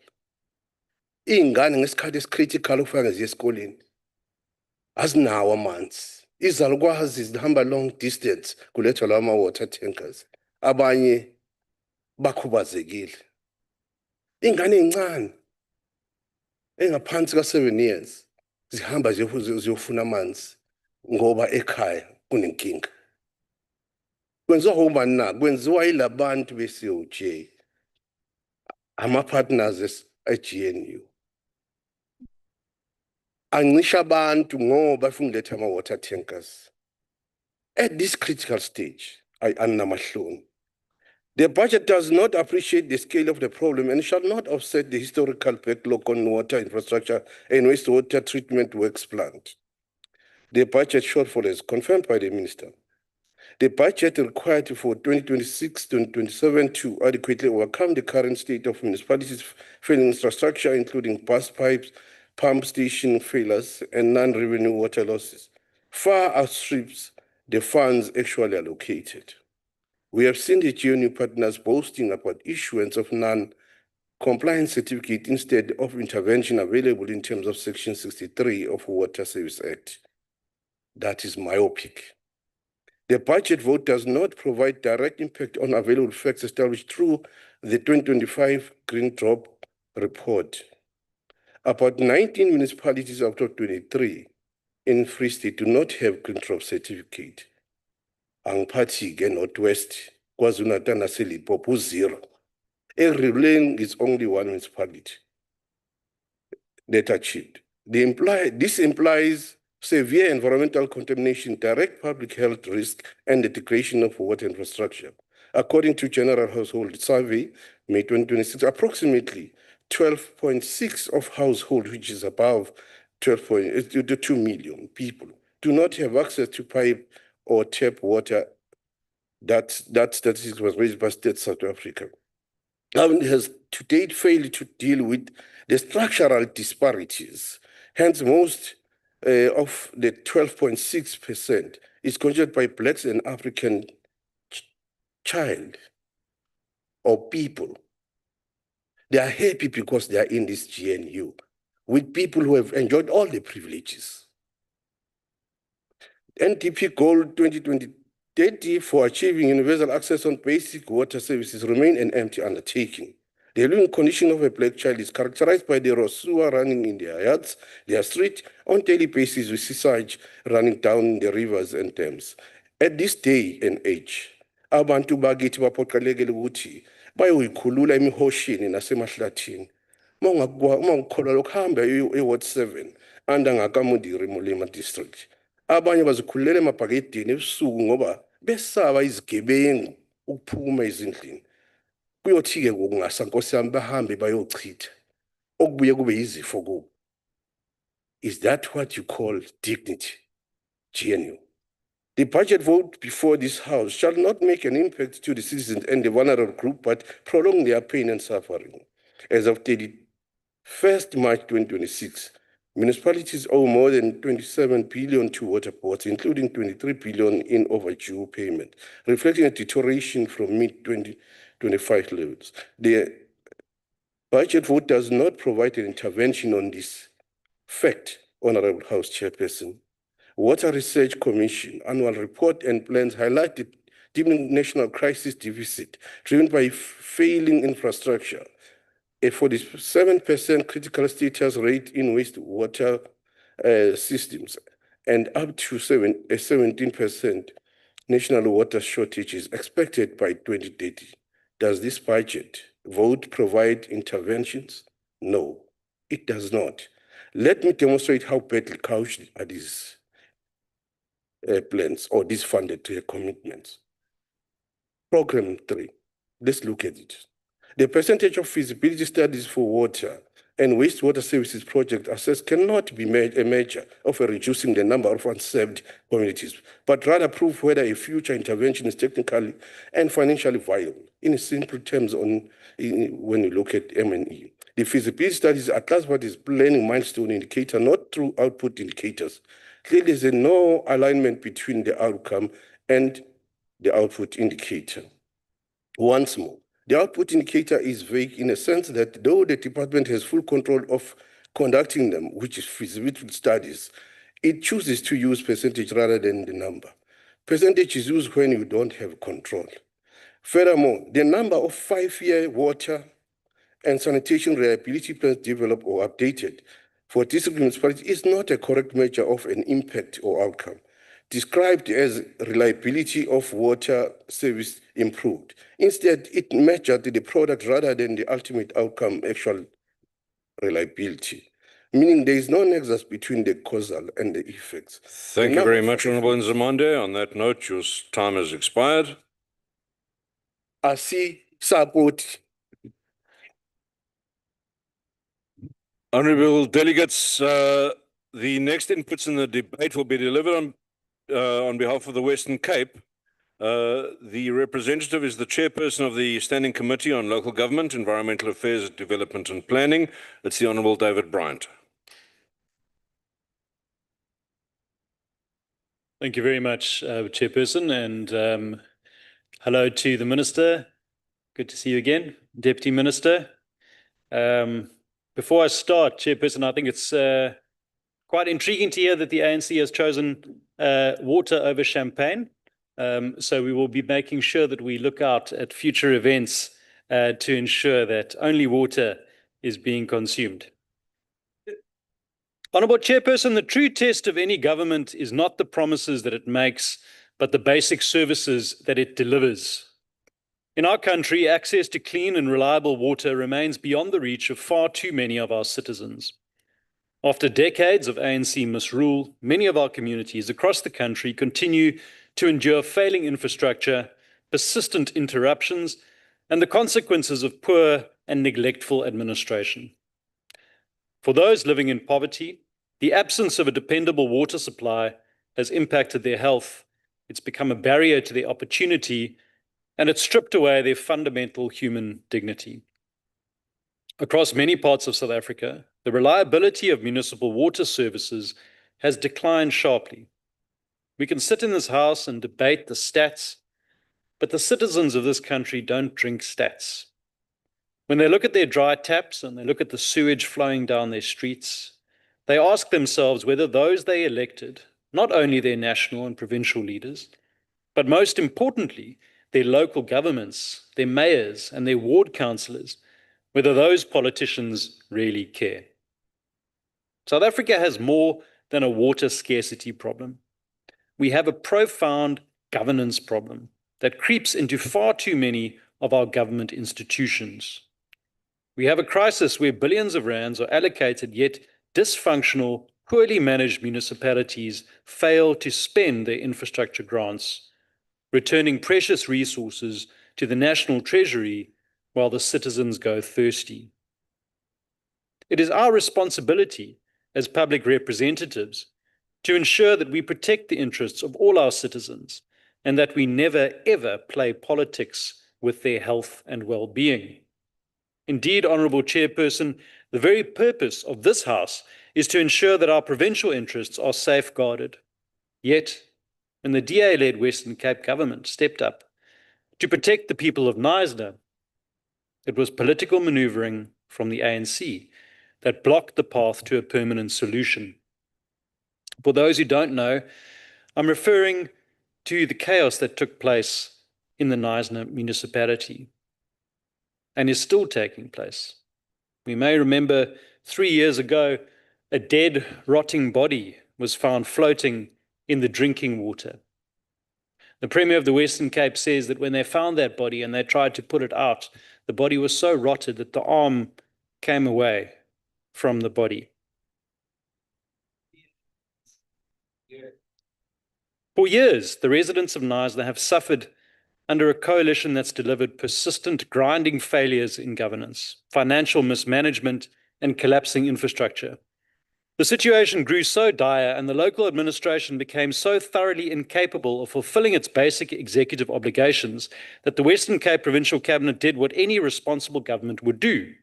The province stepped in and invoked a constitutional intervention in terms of Section 139 of the Constitution to put that failing municipality under administration.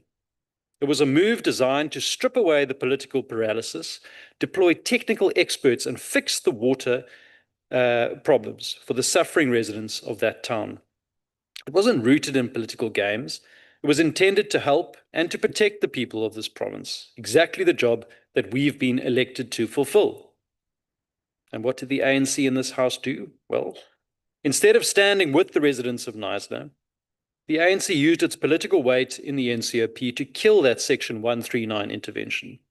They used their majority in this House to protect a dysfunctional political coalition on the ground, shielding failing politicians from accountability and blocking the province from taking over and fixing the town. They voted to keep the keys of infrastructure in the hands of the very people who broke it. But Chairperson, while the ANC chose political games, the DA-led provincial government chose the people. When this House recommended that the province instead retreat to a Section 154 support process instead of full administration, the Western Cape government didn't shrug its shoulders and walk away. Minister Anton Bedell and his team dug in their heels and intensified their efforts, pouring millions of provincial funding into the very municipality that fought so hard to block them, refusing to allow the people of Knysna to be abandoned. They did this without their DA t-shirts on, and they did this for the people of Knysna. And we've seen the results. In the 2024-25 financial year, the Western Cape government invested 9 million rand into interventions associated with the Strengthened Support Plan. In the 25-26 year, the Western Cape government injected another 2.5 million rand. And in the current 26-27 financial year, the Western Cape government has allocated an additional 3.775 million rand to keep that town from collapsing. Take it as an example, what our technical teams are doing right now at the Charlesford pump station. Some of you may have gone on a site visit when the NCOP visited and met the people responsible. The provincial support team has worked tirelessly to keep water pumping into the balancing dam and the Great Knysna water treatment works. When our teams arrived, they discovered that pumps and motors previously procured or refurbished by the municipality during 24 and 25 were entirely incompatible with the system, a textbook example of local supply chain failure. We corrected those errors. Today, 2 of the 3 primary pumps are operational, and we have a clear 5-month horizon to restore the Akkerkloof Dam to full capacity before the peak summer season begins. We're doing the same for the collapsing road network, by the way. Decades of local neglect mean that large portions of Knysna's roads require total rehabilitation, a backlog that will take nearly 10 years to completely resolve. But the reality is that provincial governments simply cannot be expected to save every failing municipality in South Africa. The Constitution draws a very sharp line between support and responsibility. Section 154 requires the province to support a municipality. But sections 151 and 153 make it undeniably clear that the executive authority, the legislative authority, and the ultimate responsibility to prioritize the basic needs of the communities vest in the local council. The Western Cape government can buy the pumps, but we can't force a dysfunctional council to maintain them. We can draft the infrastructure plans, but we can't stop political coalitions from playing musical chairs with the administrative leadership. Just this year, on the 27th of February 2026, the Western Cape government explicitly offered to assume full executive responsibility for Knysna's failing water and sanitation services under Section 63 of the Water Services Act. On a point of order, House Chair. Yes, Chief Whip. Won't you take your seat, please, Honourable Bryant? Yes, Chief Whip. Chair, rise on a point of order in terms of Rule 69, read in conjunction with the Rule 63. The member is making a reflection on the decision that this House has taken. And the rules does not make provision for a member to do that. If the member wants to do that, there has to be a formal motion to amend the decision that this House has taken. Thank you, House Chair. On the Knysna decision. Thank you, Chief Whip.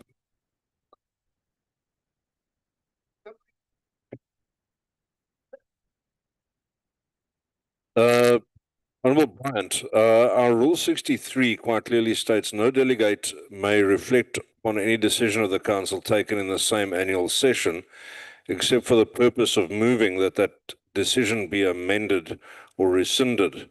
So I'm going to ask you to ensure that your speech either speaks to that or that you take a more direct line on this particular item and not reflect negatively on the decisions of this House, unless you are, I beg your pardon, unless you are intending to move for the decision to be amended or rescinded. If you can continue with your speech, please.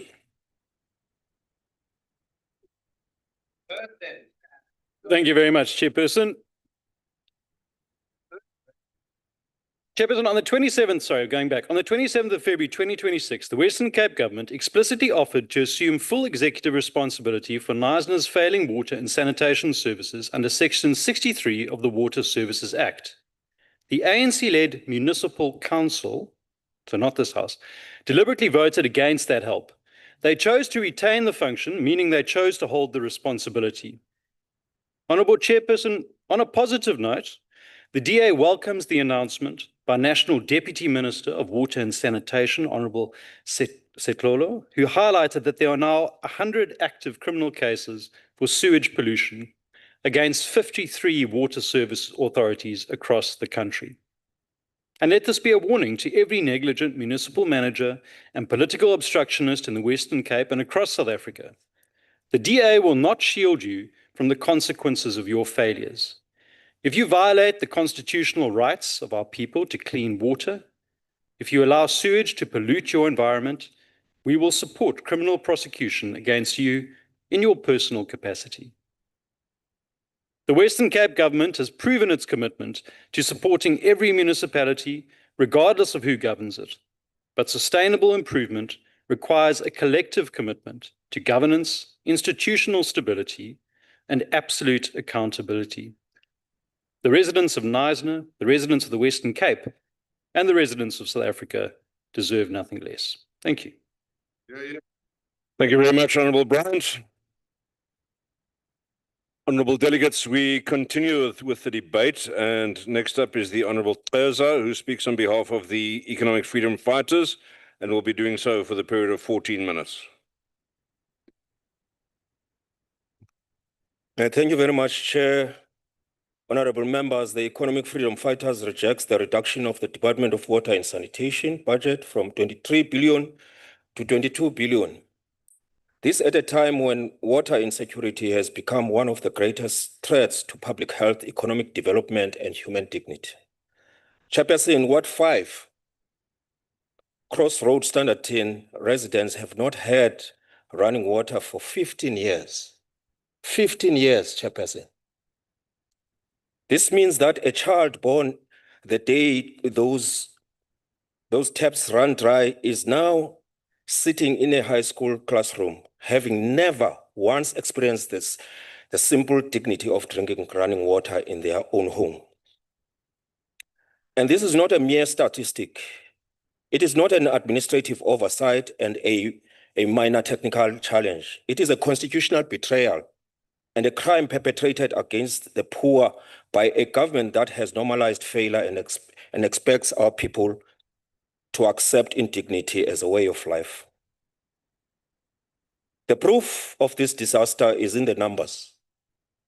The Regional Park Infrastructure Grant, which is allocated 20.130 billion over the MTF to fund 70 crucial projects across all 9 provinces, will be fatally weakened.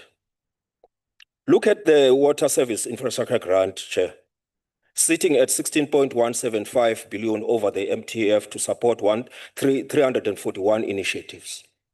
Because of these cuts, it will now only complete 175 projects this financial year, barely half of its target. Meanwhile, municipalities already grappling in non-revenue water losses, like the city of Johannesburg, will lose the sustained investment they need to fix leaking pipes and aging infrastructure. And yet the budget is cut. Minister, bendinqwenela bona nje into yokubana ndikuve uthetha ngendlambe ebulk water. Ndiyanqwenela into yoba ndike ndive mhlawumbi uzawuthetha nge-collaboration kwezinye ii-agencies ngoba iyagwegweleza le nto lena phaa engqusho. Amanzi awade afike ezitepini phaa, kunzima phaa. since 2016. Kudala siyithetha lento. Unkosi uNdlokweni adala uxolo emphekweni uyakukhalaza mhla nezolo andibhalela iWhatsApp. Ndiyakucela Minister Torhwana uzukhe ungenelele. Chairperson, this is not fiscal prudence. This is organized abandonment of the poor. It is a conscious political decision of living the working class communities without water, while billions of rands are wasted through corruption, mismanagement, and fruitless expenditure elsewhere in the state. Chairperson, let us bring this chamber face to face with the lived experiences of Standerton's residents, for this is not an abstract debate. This is a grim reality documented on the ground by the EFF in Ligwa-Baliseng sub-region. The Standerton water treatment plant sources raw water from the Vaal River and supplies the township of Sakile, Rooikoppen, and surrounding communities. What the EFF found there is a microcosm of everything wrong with the department's approach. Decades of inadequate maintenance and delayed upgrades have left critical equipment beyond the operational lifespan. Algae growth in the Vaal River clogs filtration systems, reducing the volume of water that can be processed, a problem that involves algae monitoring and water quality investment could address. Frequent breakdowns of raw water pumping units compounded by electricity interruptions and cable faults have repeatedly shut down operations at the plant. The refurbishment program, while necessary, has itself caused temporary shutdowns and reduced production capacity, worsening shortages in the short term because there was no operational continuity plan. And the people who bear the cost of all this is households spending days, sometimes weeks, without running water. Residents queue for hours at water tank like refugees in their own country. And let us be honest, a water tanker is not a service deliverer, Minister. A water tanker is a public confession that the state has failed. Children, the elderly, and the people with disabilities disproportionately affected. Schools struggling to maintain hygiene, clinics unable to meet basic sanitation standards, businesses shutting their doors. Chairperson, the Standerton situation also illustrates the broader infrastructure collapse facing municipalities across all provinces. And this crisis is not unique. It is not an isolated municipal problem, but what happens when a department manages decline instead of building capacity? For Standerton, is what happens when a government abandons maintenance, abandons planning, abandons accountability, and ultimately abandons the people. And regardless of province or municipality, the bottom line is that the state has failed to deliver the fundamental right to water to the majority of our people. This ongoing crisis is the result of the department's lack of both necessary technical skills and genuine political will. Almost every water board is broken, operating instead as a tool of political leverage. And this department's leaders care nothing for running functional institutions. Instead, their sole interest is creating a safe haven for politically connected insiders to plunder public funds. And so, Chairperson, the annual performance plan must be judged against these harsh realities. We demand answers to 4 critical questions. How does this APP rescue financial distressed municipalities like Ligwa, where infrastructure is crumbling but local revenue base is completely depleted? Where is the fully funded plan to finish refurbishment treatment plants like Standardins, ensuring guaranteed operational continuity rather than just starting projects for show?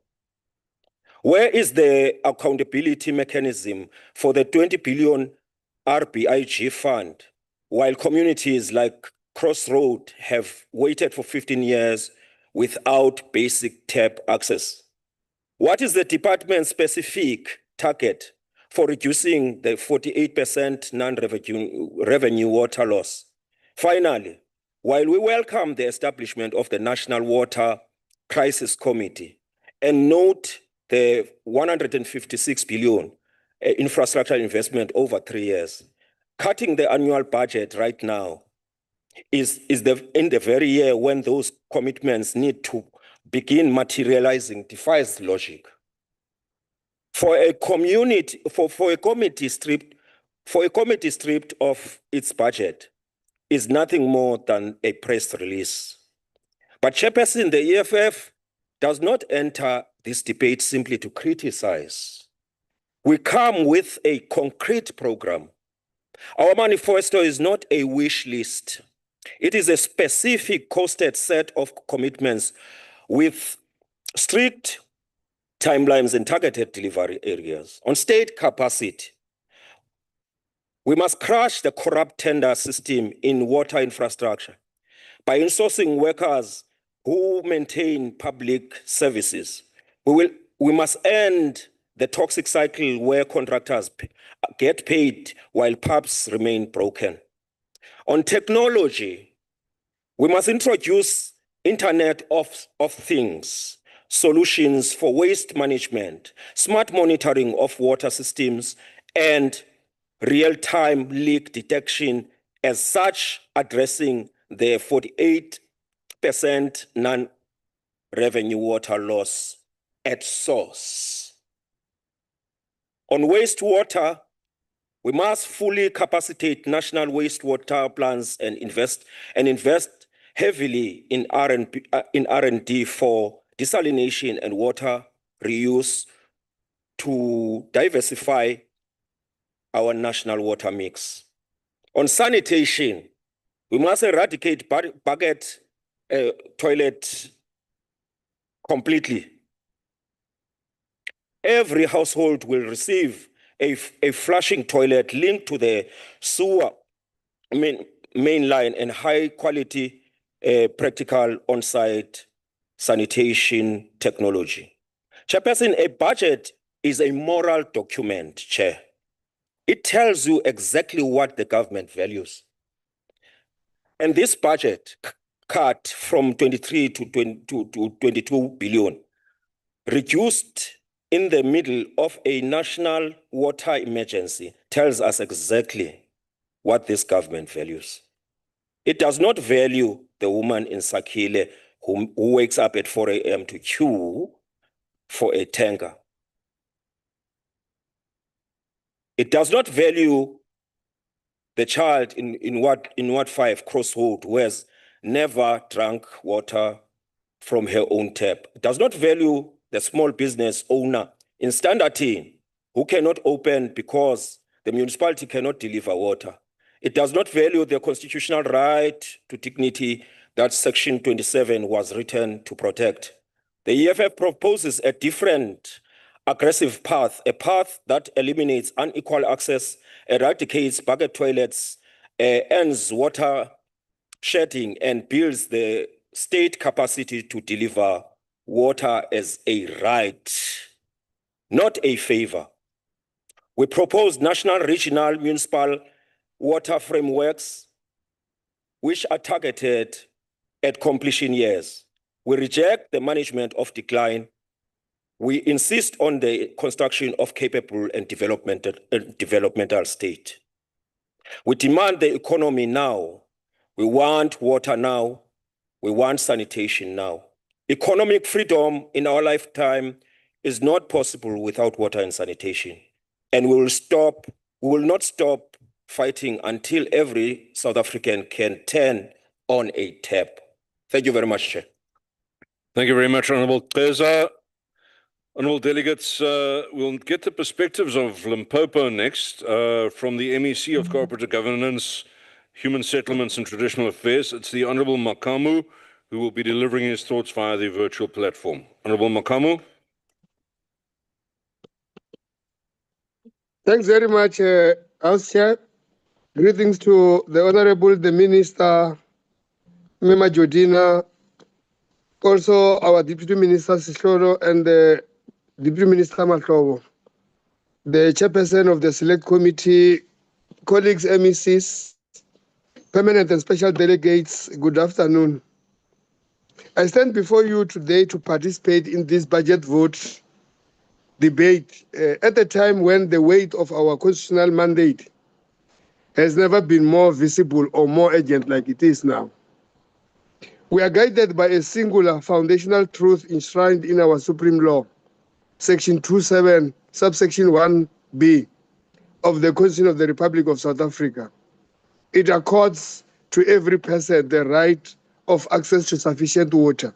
Furthermore, Section 27, subsection 2 places a clear obligation on the state to track a reasonable legislative and other measures within its available resources to achieve the progressive realization of this right. For the people of Limpopo, these are not merely legal abstractions or ink in parchment. They are daily lived reality. Water is dignity of our mothers. It is the health of our children. It is the lifeblood of our agricultural economy and the prerequisite for any meaningful industrial growth. It is on this premise that water provision remains an apex priority for the Limpopo provincial government. We recognize that while progress has been made, the ghost of persistent service delivery challenges continues to haunt many of our settlements. We do not shy away from this reality. Instead, we confront it with a strategy born of rigor and necessity. To address this challenge, we have developed and currently implementing the provincial water and sanitation strategy. It is not a one-size-fits-all document. It is a differentiated response designed specifically for unique topographic and socio-economic landscape of the people. The strategy is built on 4 critical pillars. 1 is government reform, 2 its infrastructure coordination, 3 its improvement on water quality, and 4 its accessibility and sustainability. Our approach prioritizes measurable outcomes. We are focused on the reduction of unserved and underserved settlement. We are no longer satisfied with spending the budget. We are now obsessed with the impact of the spend. To this end, we have integrated rigorous regulatory performance indicators, the blue drop, the green drop, and the not drop requirements into our provincial monitoring framework. We want excellence to be the standard, not an exception. Honorable members, while the strategy provides a roadmap, the implementation requirement a war footing. The full institutionalization of our strategy remains at the work in progress, but we have accelerated the pace. Under the decisive leadership of our Premier, Dr. Popira Matuba, we have established water war rooms. This was a direct response to the Provincial Executive Council resolution in December 2025, aimed at strengthening coordination, oversight, and rapid response. The war rooms are intended to function an operational nerve center. They bring together every player in the water value chain, from an engineer to a municipal manager, from provincial department to other stakeholders. The mission is simple: to unblock service delivery constraints and accelerate implementation. When a pump fails in a village, the war room must know. When a water service authority is struggling, the war room must provide support. I am pleased to report to this House that we are seeing the fruits of this discipline. The war rooms that is also sometimes attended by the minister in Wembe and in the Polokwane municipality are not only functional, but have begun to demonstrate a marked improvement in coordination and report progress. Just recently, the Capricorn District Municipality and Waterberg District Municipality launched their respective war rooms. We are currently working hand in hand with the leadership of Skukune and Mopani District and Lipalale Local Municipality to ensure that they do as such like Mukalakwena Municipality to establish their structures. We will not rest until every corner of our province is covered with the oversight mechanism. Our efforts in Limpopo do not exist in vacuum. We were part of the national collective.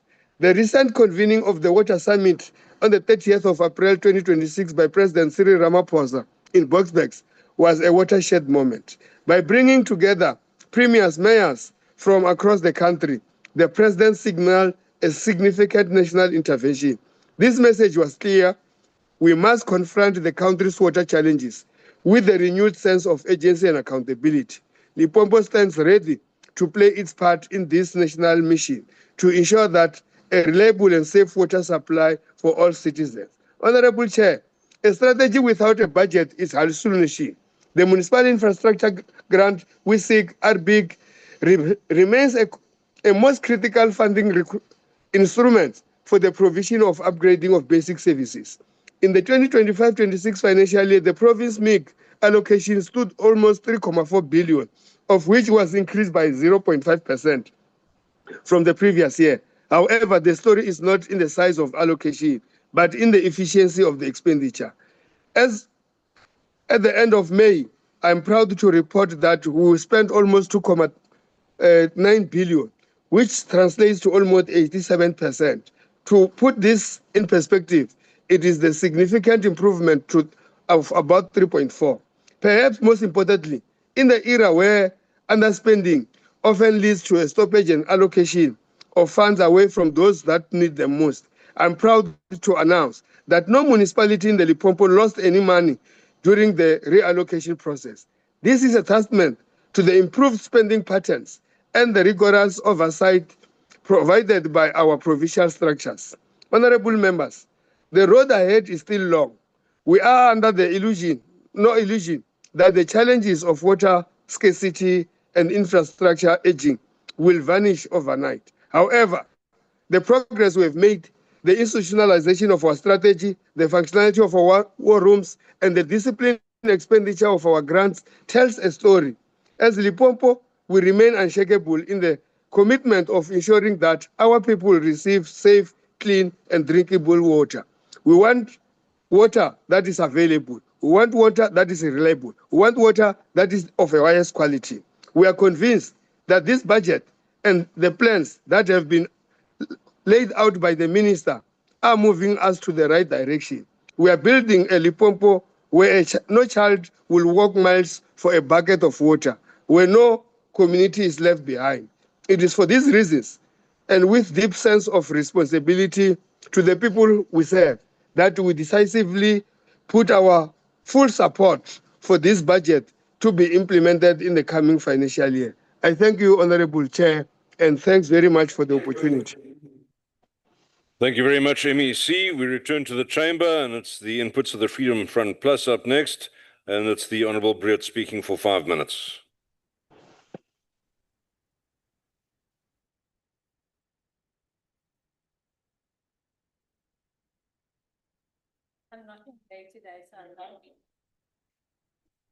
Thank you, House Chairperson.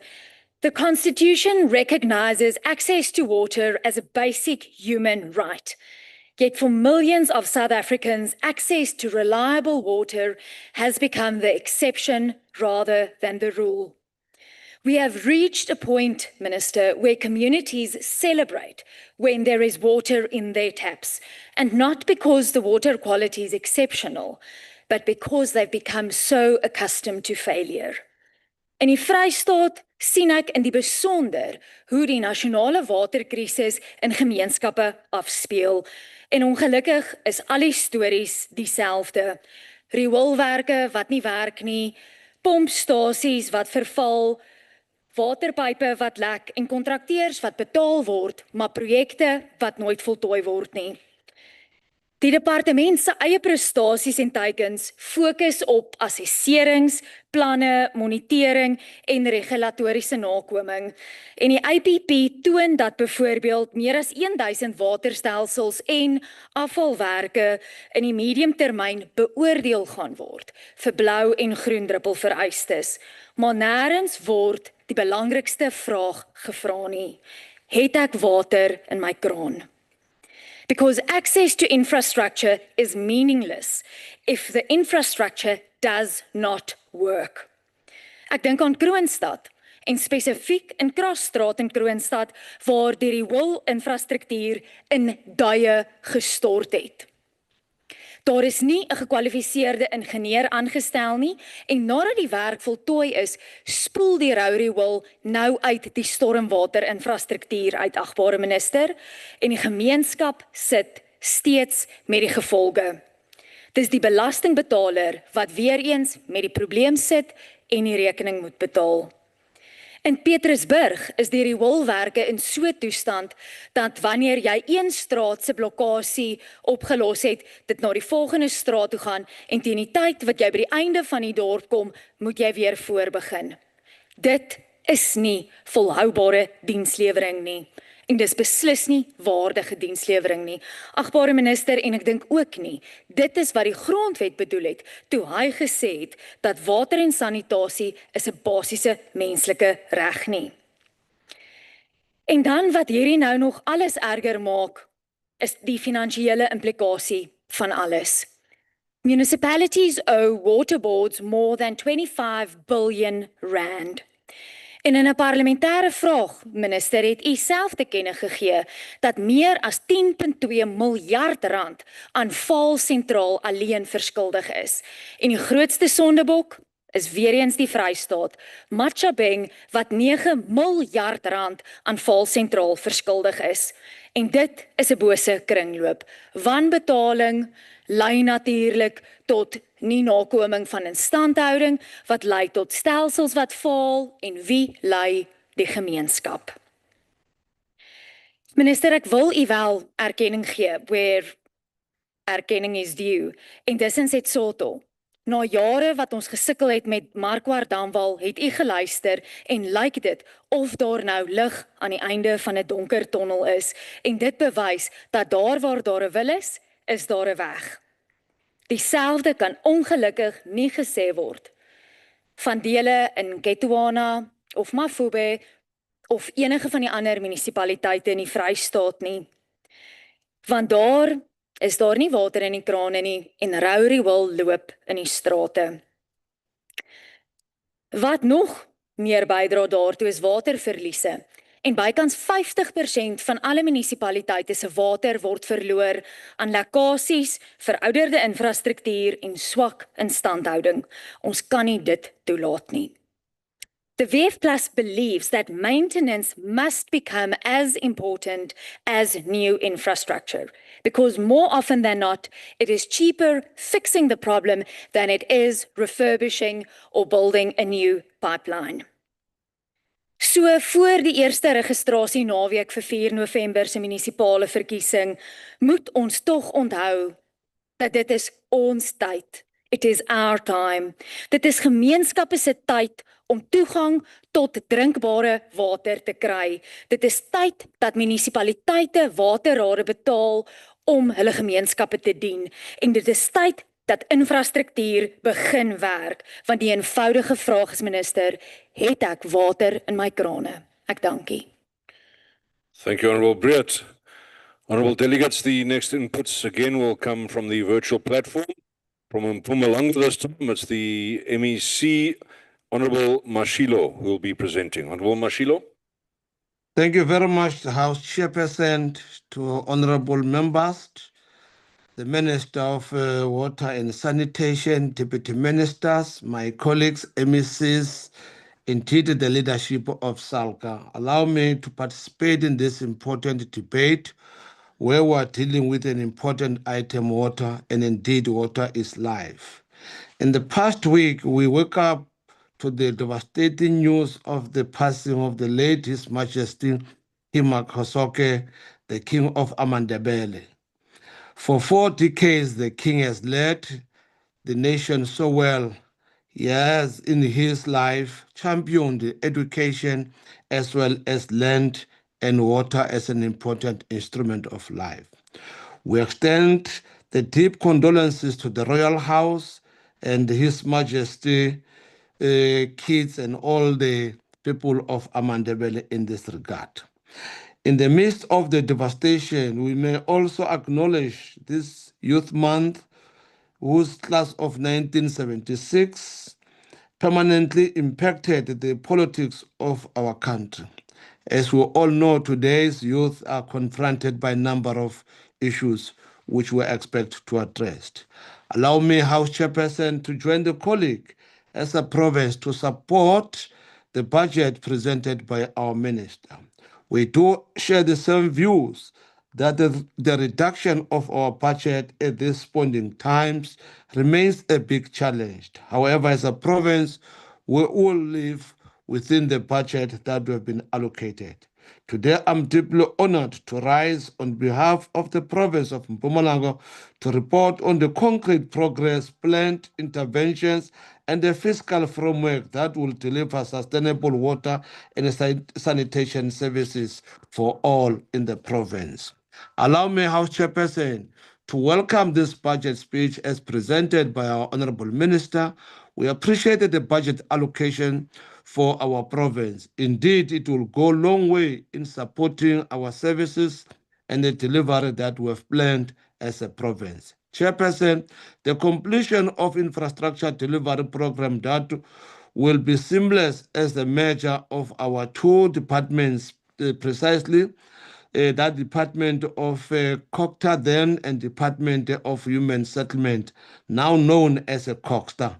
As a province, we have taken these conscious decisions, believing very well that these two departments, if we put their budget together, precisely will able to take the services of our people forward.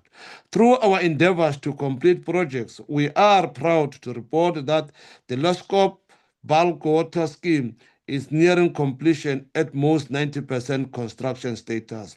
That shall give water to areas like Tembisile, where it's got almost 34 wards in that regard.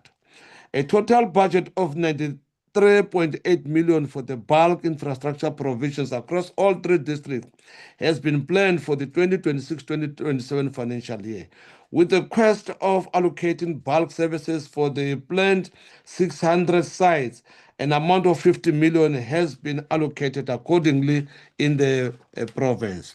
Department in the process of completing 5 bulk sewer and water projects in the following areas, namely Komati Access Road, Mashishing Bulk Sewer, Empomelweni Bulk Water in the Malachin, Rondebosch Bulk Water Sewer in the Stipchwete, mechanical and electrical upgrades at Polar Iraq Pump Station and Treatment Plant.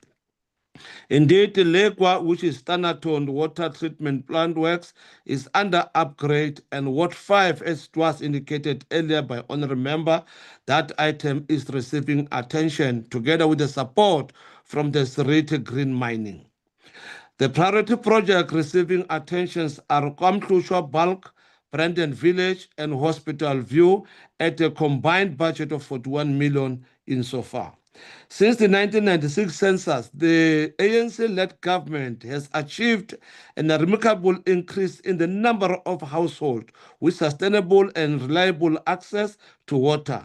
The proportions of households with an access water arose from 75% to impressive 89% by 2025.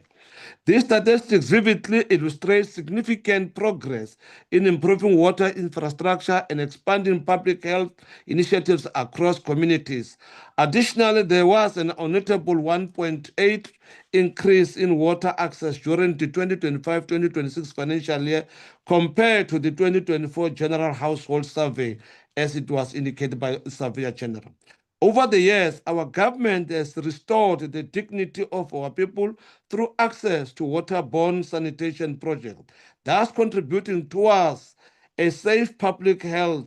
From 1996, about 208,000 benefited significantly from such important projects. Furthermore, by 2024, a tremendous upward trend was achieved with a 67% increase in access to flushing toilets. As the ANC-led government, we believe in making changes to the quality of life for our people through delivering improved public health infrastructure. The numerous projects that we have implemented attest to that. During the COVID pandemic, there was a need for the increased water provision. The Provincial Executive Council subsequently availed funds for the department to implement projects, including the installation of 247 boreholes at schools and 129 boreholes within communities that were experiencing water challenges. Moreover, JoJo tankers and 11 large steel storage tanks were distributed throughout the province. Thereafter, additional 39 schools were added. Chairperson, a total of 182,707,185 rand was allocated for the implementation. However, 158,662 was paid due to the unfavorable condition of some areas, such as the lack of water, while some areas had collapsed material. As department, we have recently implemented a solar borehole electrification project, 10 boreholes at Dr. Jess Moroka, 9 in Nkomazi municipality.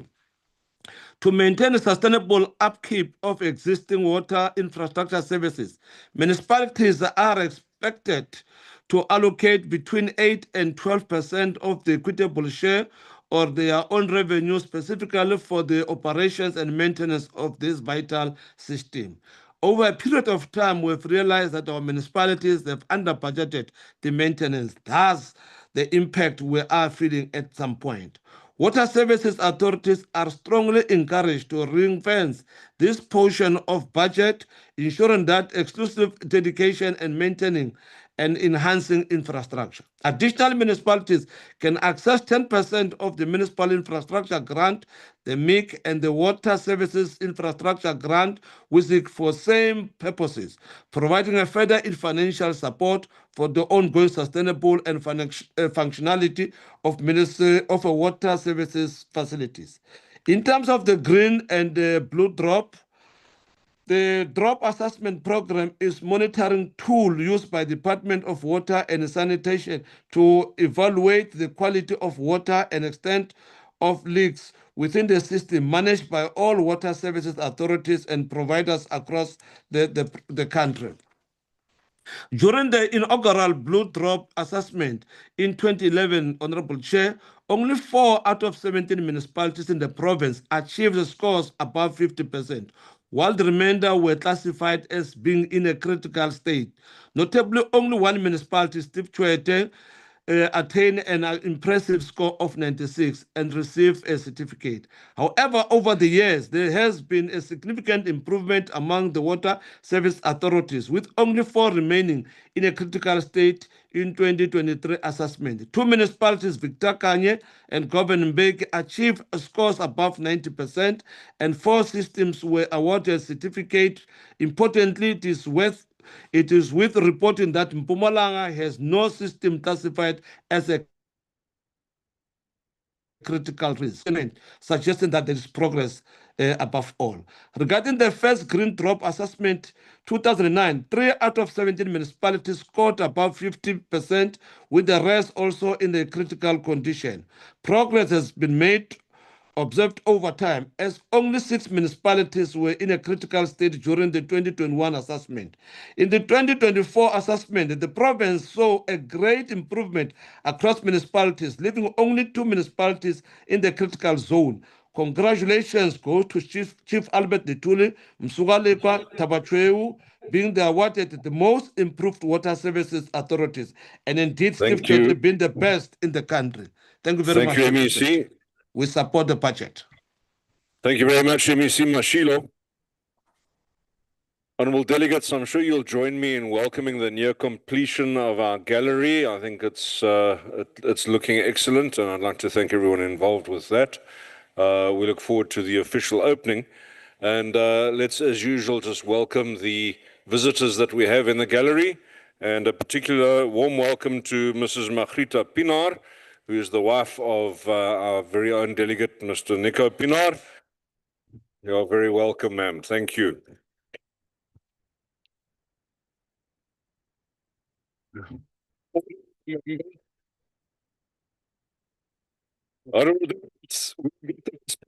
Ministry next, and speaking next, it's the Deputy Minister of Water and Sanitation, the Honourable Deputy Minister Mahlobo.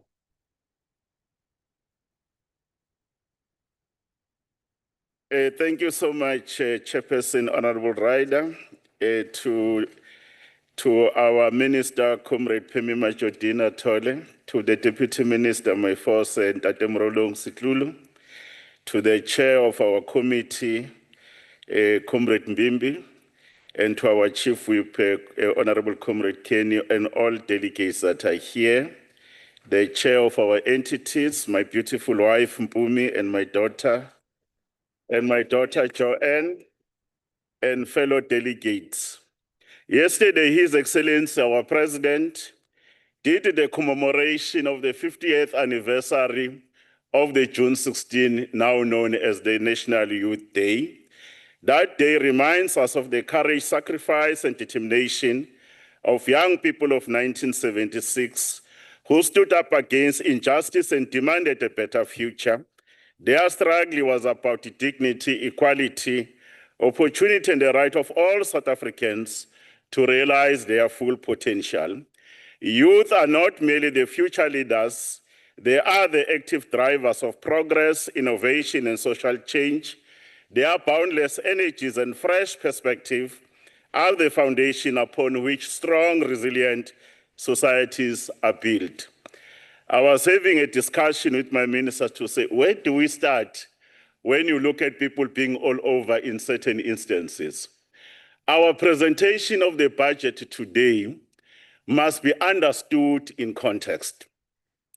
If you look at water, the first component is water security. Where will water come from?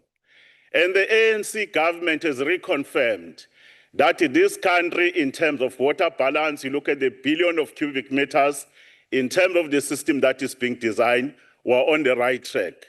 Their localized deficit, the Garden Route, your Knysna, your George, your Eastern Cape, they had a lot of droughts for quite some time, including Mikliletab. But equally, this government has been in a position to draw a lot of water because of the interconnectedness with other countries, Lesotho, Eswatini, you name all of them, the good work on how are we going to ensure that this country doesn't run out of water. Therefore, reconfirmation of the policy around surface water, exploring groundwater, desalination, which is seawater, but also increasing the yield in the system, whether through recycling, reuse, water reclamation. That's what you do to ensure that the country does not run out of water. In our own case, the issues of population growth, they've placed a lot of demand. When DMC Hlulu was presenting here, he was talking about whether this water is fit for use, not only for human beings, but for the ecological reserve, for the industries and the economy we need, but also our international obligation. Look at Minister Majodina's speech. She has concentrated on what I call it water supply and sanitation reliability. Whether can we guarantee whether you will have water all the time, industries will have water, all those that are going to use water. Read the speech well. When it comes to Minister Majodina, it's us who gave you the data that in this country, the municipalities over 32 years have done well. But when they've done well, there are warning signs. That's why there's a crisis. What is our intervention? This government led by the ANC and by President, this budget has over 800 projects across all national departments that is an element of water. That is about 55 billion rands. What minister has given you over 400 projects, just over one financial year, to assist these municipalities to respond on issues on unserved communities, on communities that are suffering on reliability, and the issues of sufficient. Please read it that particular way. Let me deal about where water will come from and what this ministry is doing. I've reconfirmed the correctness of the water mix. But secondly, I've reconfirmed that the use of technology, go to Knysna, there is a desalination plant there. Go to Richards Bay, go to other municipalities in the Eastern Cape. Exploring seawater is an option because electricity is available. We know how to dispose the brine. But the most important issue when Minister says to you, unserved communities, no infrastructure, explore groundwater. And groundwater, we do have the data as a country.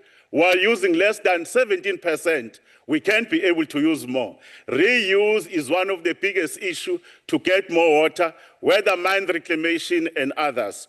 I thought let's just put this one into bed. Then our ability to respond to the impact of disasters. How do we build better? How do we ensure that our aqueducts and all this infrastructure that we built there, they are not being washed away? Our engineers, in terms of our client resilience strategies, are doing better. We went to Lesotho, Minister, with President. That dam, they are actually building a retarding system. When it floods, you can be able to hold the water for a little bit much longer so that you can be able to release it. It's a most important aspect. We must also be able to say, don't leave communities behind. Indigenous knowledge is very important. The Eastern Seaboard is receiving more than 800 millimeters per annum of rainfall, when certain areas are receiving less than 450. Climate change is an important aspect, and the country must be able to respond to it. One of the issues that people are speaking here is like someone come from somewhere else. Minister, we have reconfirmed that our drop reports as an assessment tool, we have reinstated it. Congratulations to Mpumalanga. They've done well, they're the worst. We took them to court. Ermelo, they were in court, 300 million and others. They are doing so well. Chief Albert Tuli, they are doing so well. There is someone who speaks. The less we do politics, in the Western Cape, those people in Kaili, Chakukuleti, they are people too, in humane conditions. Don't politicize this matter because we are living in a glass house. The report by the AG, the report by National Treasury, report by, these are our own reports. On the basis of those reports, that's why His Excellency the President has said in the National Crisis Committee, let's put a turnaround plan. Water security, water supply, and reliability, and also the quality of water to respond and deal with issues of corruption.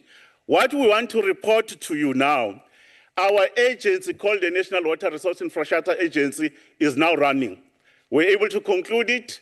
We're going to get the money from the markets because most of our bulk infrastructure projects, they are off budget in terms of funding. The board is there and very capable men and women. You can be proud of that. As I speak right now, that agency is going to inherit more than 80 projects in more than 30 municipalities, and these projects are above 130 billion rands. The CMAs, they are in place. There are 6 of them. The Water Use Association are there in place. So the democratization and the management of water is not a problem. Unlocking water for economic use and issues of reallocation and redrawals through water use licensing, more than 80% are done within 90 days. We don't keep water licenses. But more importantly, there is no water use license, that there is a backlog. But we're also saying our dams must be used for transformation. 99 leases have been thrown out. Now we do have access for black communities, women and youth around those particular dams to have access to our dams. More importantly, we have issued the report by Judge Ngwepe, retired, around communities where riparian rights are actually kept with the issues of water use rights. We're going to start with issues of water reforms around compulsory licensing so that water can be used by all South Africans. I've spoken about the green drops. We will continue to do so. On reforms, we are the one that says that water must be managed as a local business entity in terms of the utility model. The trading services, more than 54 billion rands that are being done for the metros, and all municipalities, it is the right thing to do. That when you sweat the asset, invest back on an asset so that your returns can be achieved. I've also spoken about the question of independent economic regulator. The water must be paid for, but it must be paid the fair value, it must be affordable, it must not leave communities behind, but it must be cost reflective. That's why our tariff and pricing strategy has started to be in effect as we speak right now. As I've indicated, there's many things that we're doing around infrastructure financing. In financing infrastructure, I've spoken that 800 projects, more than 55 billion in our own case. Read the report. Lapha ekhaya elikwane, just check on page 29. You will see the good work that we do in our own province. On private sector, involving private sector is not a swear word, is not ideological, is not dialectic. Most of our dams, we funded them off budget using TCTA. As I speak right now, there are 30 projects that were assisting 18 municipalities, over 40 billion rand, using our partnership office because we need the money to deliver the water to our citizens. In terms of the infrastructure fund, now they have an opportunity of 4 windows, and there's a lot of money we've got, whether for Pulugwane, whether for eThekwini, you can name them. More than 25 billion rand is available. There is something called blue bonds and green bonds for issues of ecological infrastructure. When you look at that, Cape Town is benefiting from the Rand Merchant Bank that we're doing so. So at least we can move from issues of delivery of infrastructure to issues of sustainability.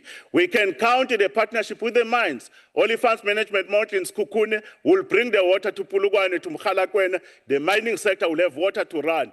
In the Northern Cape, the Valga Mahara scheme, there are many of them, because we understand the art of bringing money through various means. There are many dams that we've done. Look at Lesotho Highlands, it's coming on board, 2028-29. Glen Williams Dam is above 67%. Zanini Dam by December next year.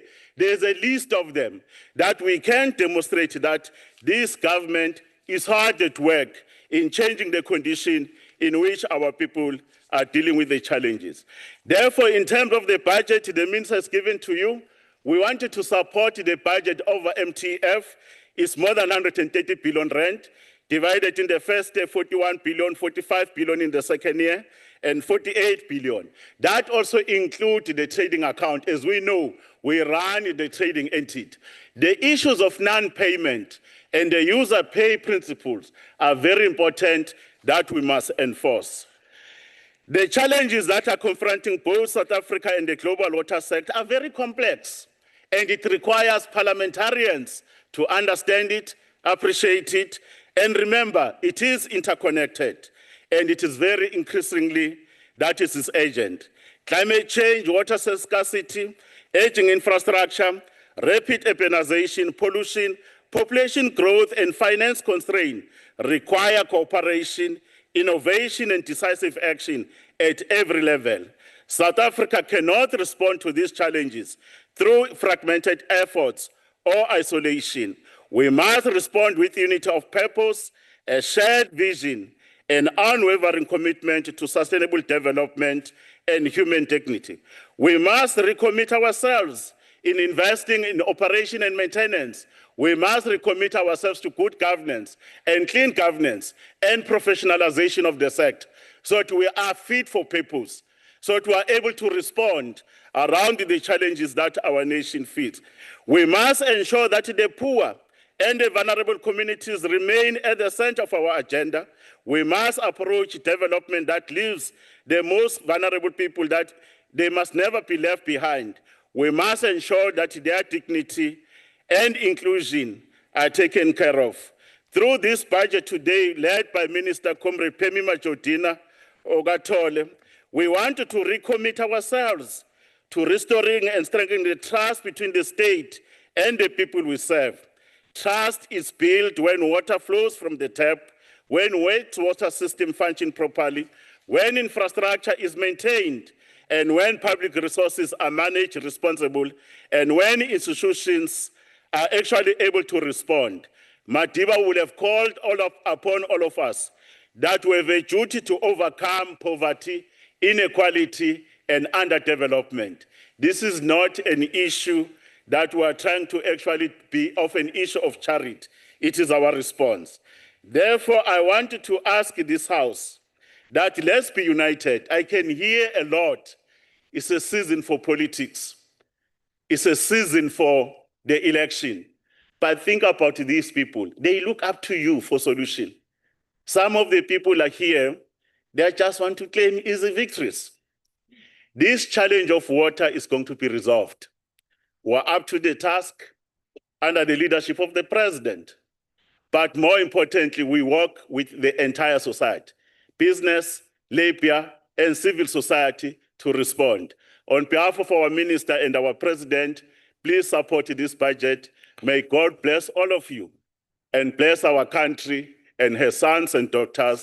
Thank you. Thank you very much, Deputy Minister.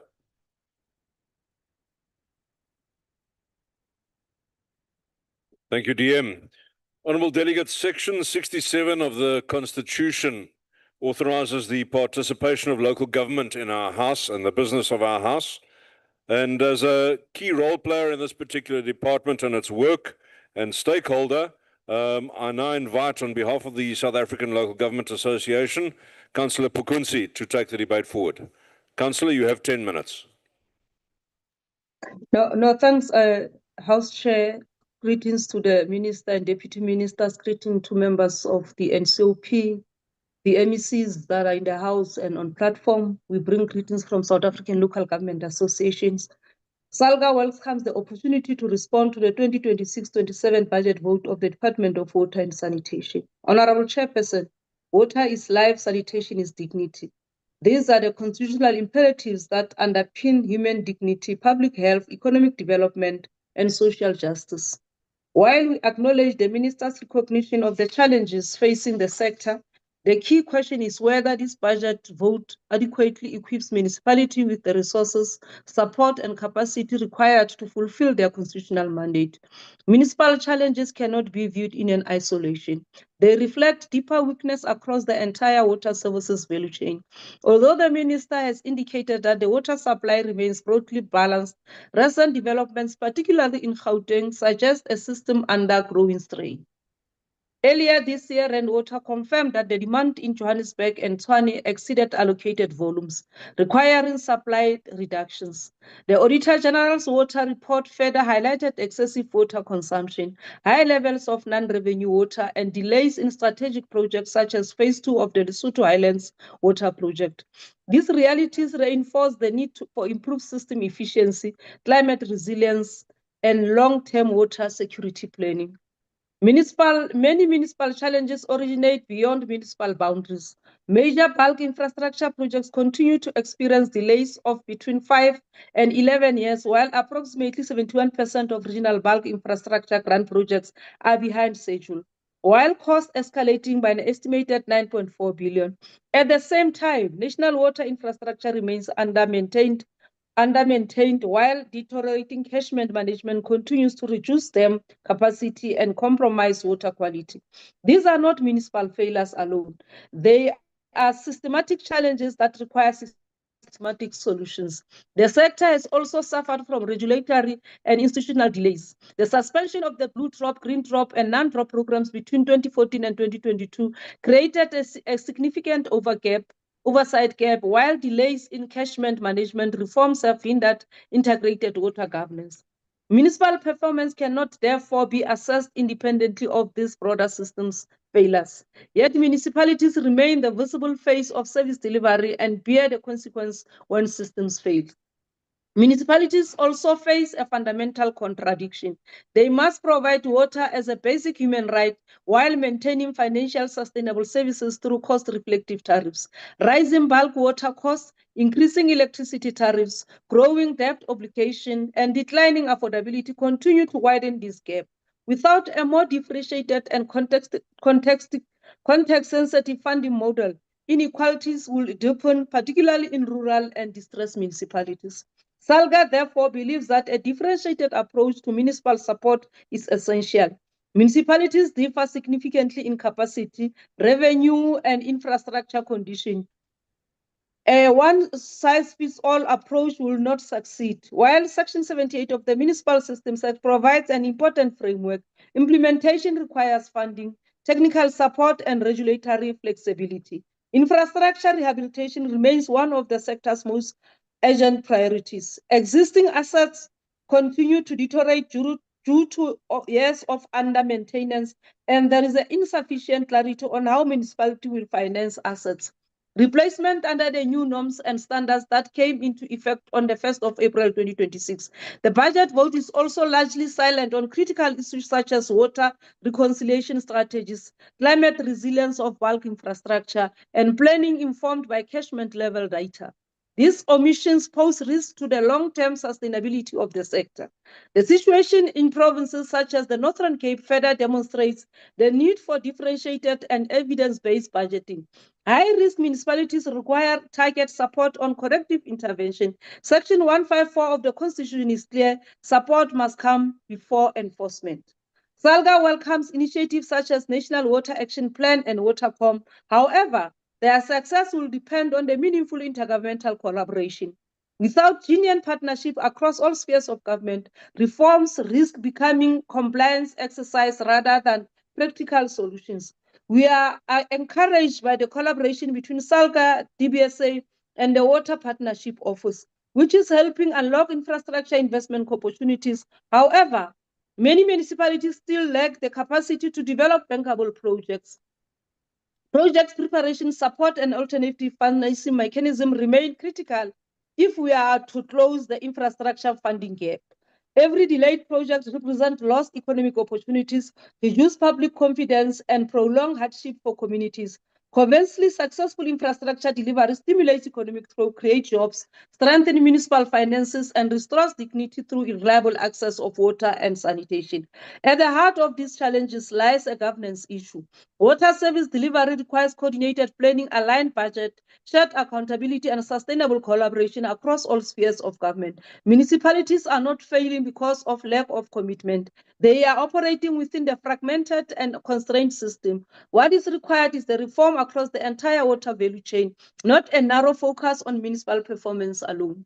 SALGA therefore calls for the following: one, the urgent acceleration of delayed bulk water infrastructure projects with accountability across all implementing agents, a decisive shift towards maintenance, rehabilitation, and life cycle asset investment, a differentiated tariff and funding framework that recognizes municipal realities and protects vulnerable provinces.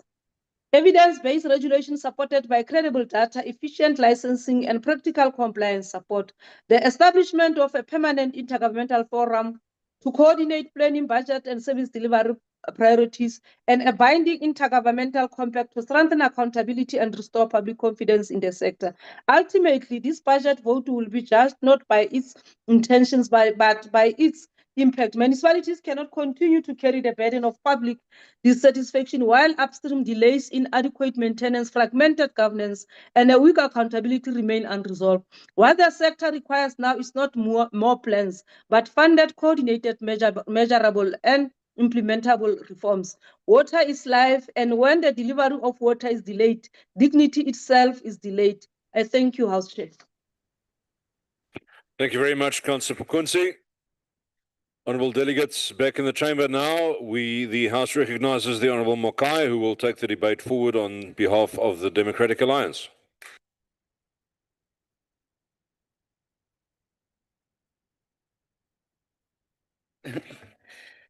Honourable House Chairperson, Honourable Minister, the Honourable Deputy Ministers, Honourable Members, and fellow South Africans, good day. I center my debate this afternoon on the independence of South Africa's water boards, particularly on their appointments. This is important because much of the challenges in the water sector are heavily influenced by maladministration and political interference in the board appointments. You see, corruption thrives on this interference, and core to it is the process in which water boards are appointed, thus requiring a review in legislation regarding the appointment of water boards in South Africa, and particularly the Water Services Act. For far too long, water boards have been plagued by corruption, while residents pay the price with their constitutional rights being infringed.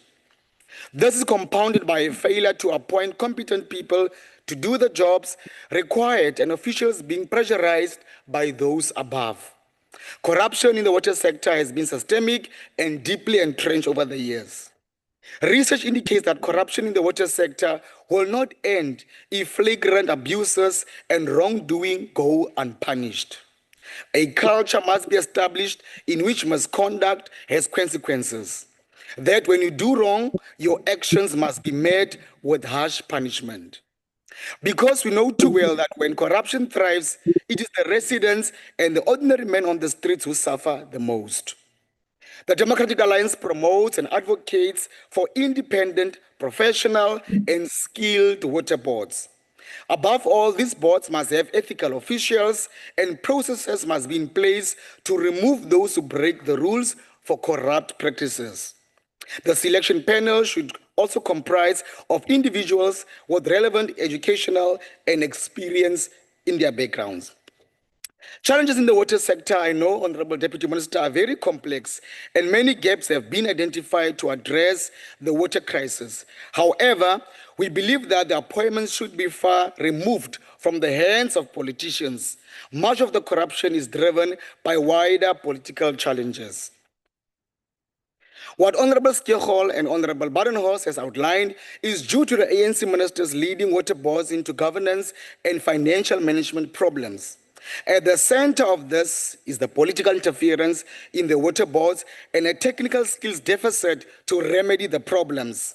It is a fact, honorable members, whether we like it or not. And that's why we need ministers not to have unilateral power to appoint board members.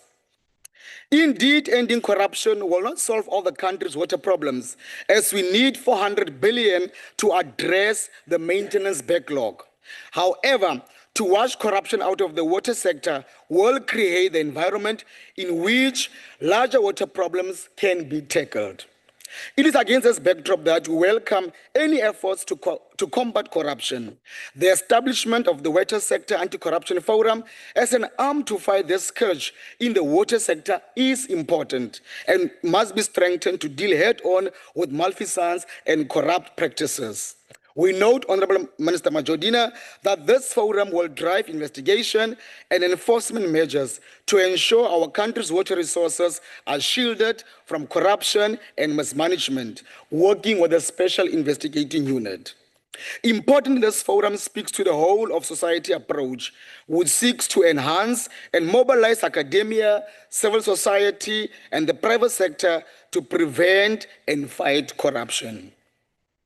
These efforts, honorable members, are a step in the right direction, as our country can no longer tolerate any form of corruption. Simply put, it is expensive and morally wrong. We all agree that water is life and sanitation is dignity. Unfortunately, those who do not support this budget, the Mkhonto Wesizwe Party and the EFF, do not support life and dignity. And Honorable Kayas had the nerve of coming to this podium and saying presenting concrete plans is either hypocrisy of the highest level. Honorable Deputy Chair, the Democratic Alliance will support this budget and will continue our efforts in playing our oversight role over the resources of this department and the resources of the state, and holding the minister with his colleagues to the highest standards of service and the highest standards of service delivery for the people of South Africa. And with that, Honorable Deputy Chair, the Democratic Alliance supports this budget. I thank you. Ke a leboga, baie dankie. Baie dankie, Honorable Mokai. Thank you very much. Now we go to the next contributor to this debate, and that's Honorable Molokome for 14 minutes.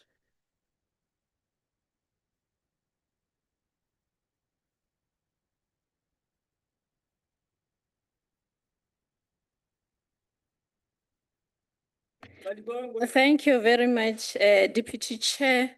Let me take this opportunity and greet the Honorable Minister, Deputy Ministers, the Chairperson of the committee, Honorable Members, Salga, the MECs, special delegates, and also our loved South Africans who are listening to us today.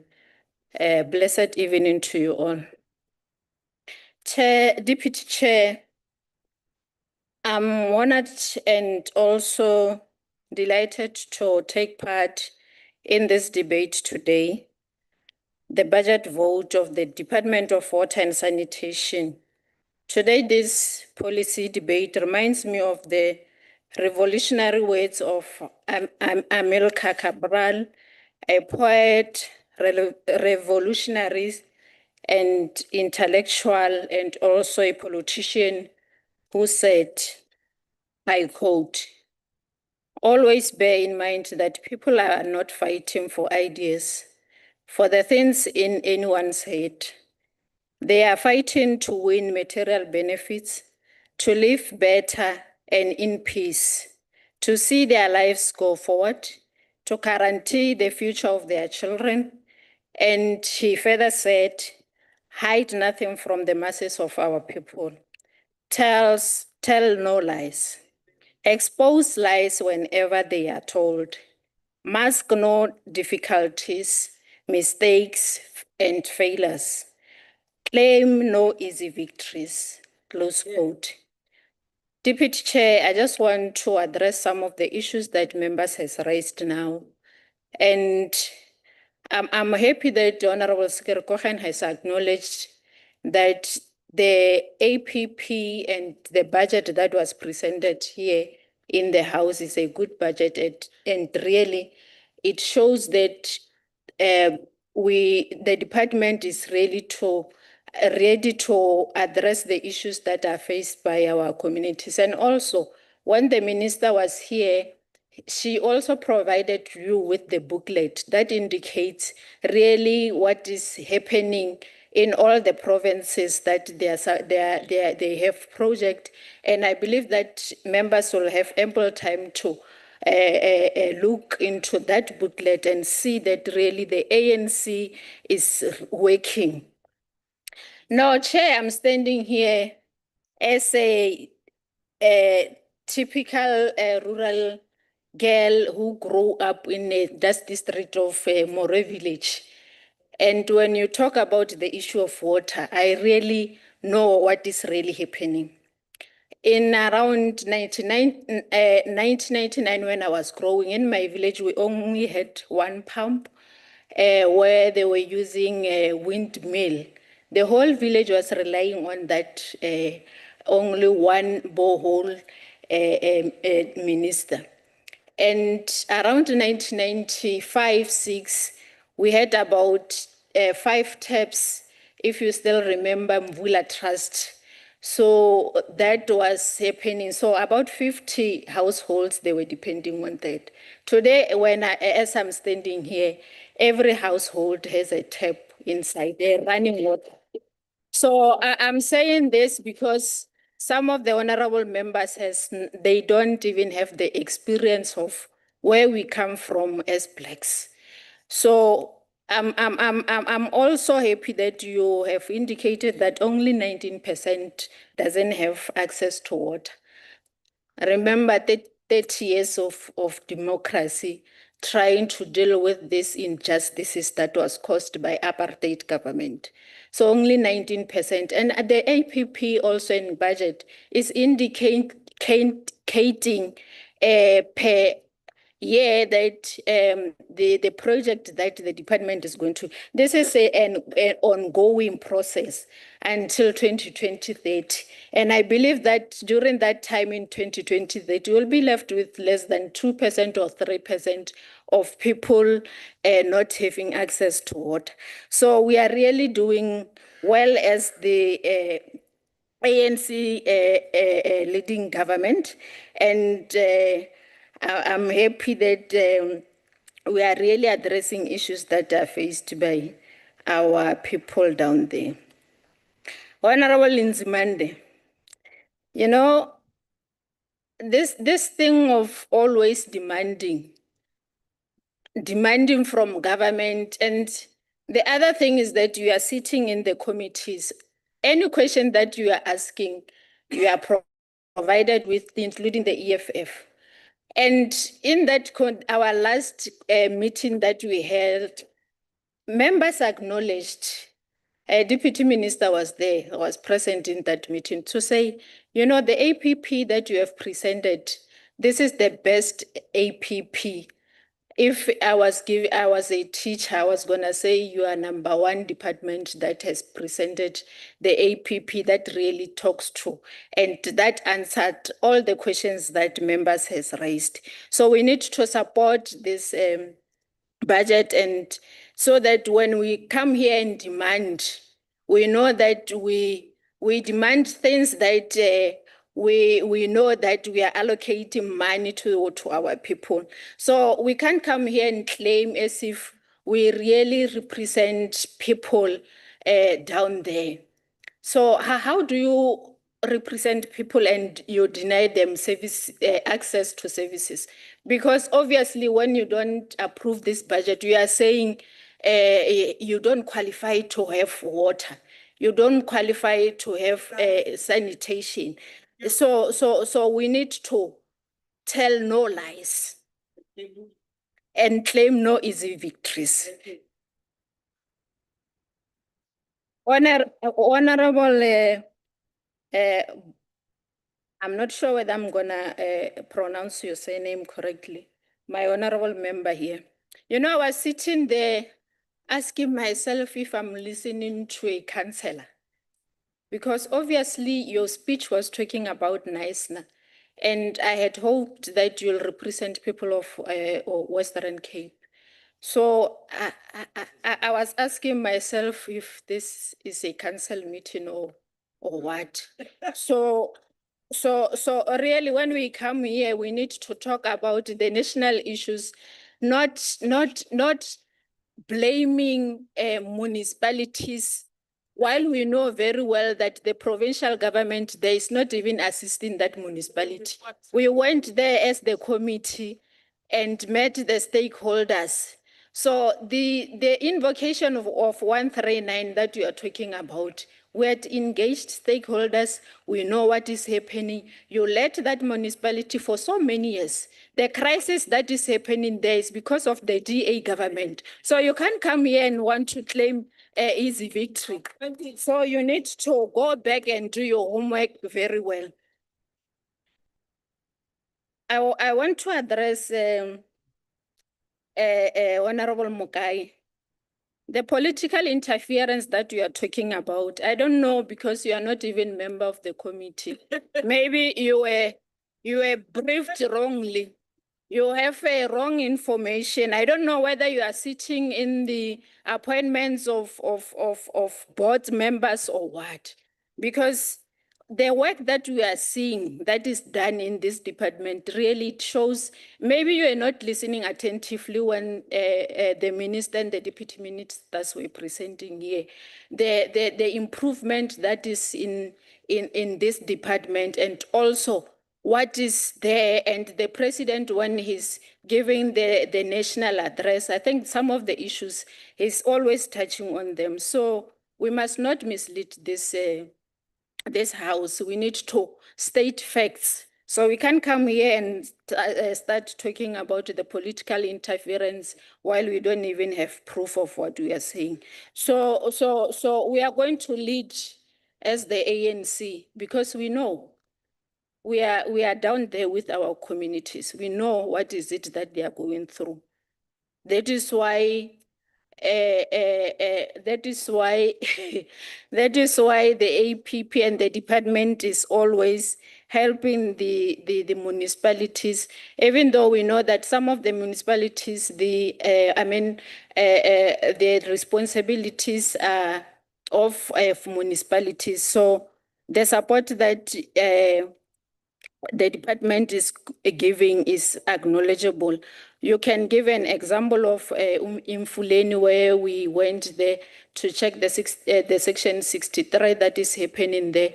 And that project minister is really making an impact, and also the empowerment and employment of young people and the learnership that they are getting. We really appreciate that. It's not only in Fuleni. You have mentioned most of the projects that you are doing, and we are appreciating that. And we are saying to the young people that take this opportunity, when you are given these learnerships, make sure that you use it in your advantage. As you are celebrating yesterday, I know that you are saying nothing about us without us. So we hope that the opportunities that are brought by the government, you'll grab them with full hands. And also, we want to condemn the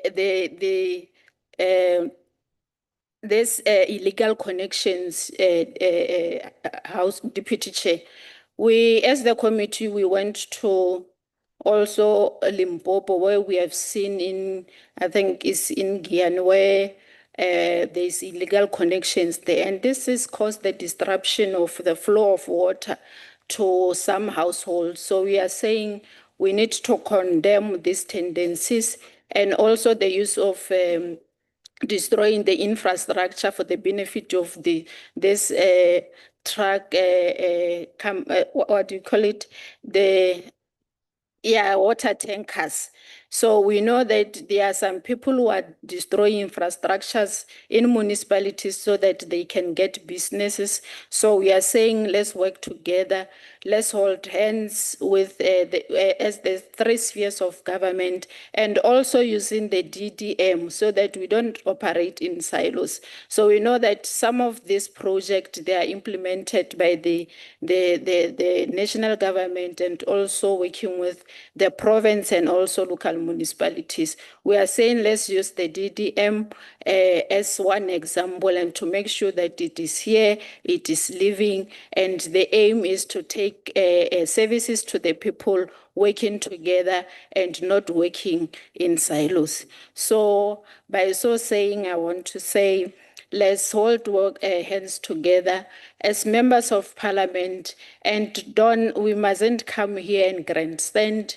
Our task is to make sure that we hold executive, we hold provincial government, municipalities accountable of the promises that they are supposed to do as executives so that our people get services as enshrined in our constitution. I thank you very much.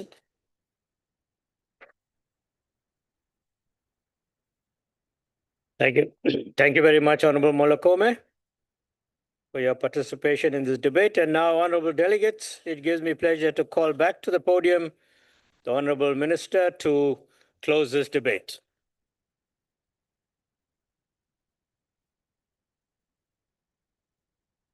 Minister, you have 7 minutes. Thank you very much, Honorable House Chair. Let me thank all participants who contributed very positive on this budget. And I'm happy about you, Honorable Ceza, today. You are able to contextualize where the problem is. And you are on the same page in terms of understanding where the problem lies. You see, when I'm Pepet, inkinga yakho ngifuna ngiku-addresse ngesizulu. Inkinga yakho ukungakwazi ukwehlulela phakathi kwe-responsibility yethu singamanzi ne-responsibility yabomasipala. Wena uyaba-disregard umasipala. Ukuthi nje wena ufuna ukuthi sambe sontshontsha into zakamasipala, le nto enijwayele ukuzenza zokutshontsha as MK party. Honorable Minister, can you please take your seat? What rule are you rising, Honorable Member? No, I respect the minister, but... Sorry? Can you please ask the minister not to point the finger at me? No. Please take your seat. That's not parliamentary. No, she's not pointing it directly at you. She's pointing it generally, please. You won't control the meeting. I'll react. You won't control the meeting. No, take your seat. I'm going to react, and you are not going to control this meeting. No, she can't point me at me like this. What? Take your seat, please. Thank you. Honorable Minister, please continue. I'm not pointing, Genguku, but I will address you. I will address you. Mpepet, you better try to understand, and I'm offering myself to workshop you on the role of municipality, on the role of the so-called reticulation. Tell me, when you say there's no water, tell me, when taps are on and off, it is not the department. We are responsible for the water resource. We are responsible for the bulk water supply. I've been saying that here, and I can say that kuwe kanje sibhekane kanje ngukutshele kuthathe through ufuna ukuncedwa utata. You need to be assisted, really. I'm very worried about you. You're such a gentleman who come here and talk things that are odd. Things that are very odd. I even gave you the statistics. We cannot be all over. Your very section 63 that you misunderstand. It depends on section 139. You don't wake up and intervene on section 63. Lunga. Awulunge babunzimande aseblifto ngiyacela. You see, members here are raising very critical points. And those critical points are saying, you do what you can do as a department, but beyond you, something is not happening. The members of DA, you see,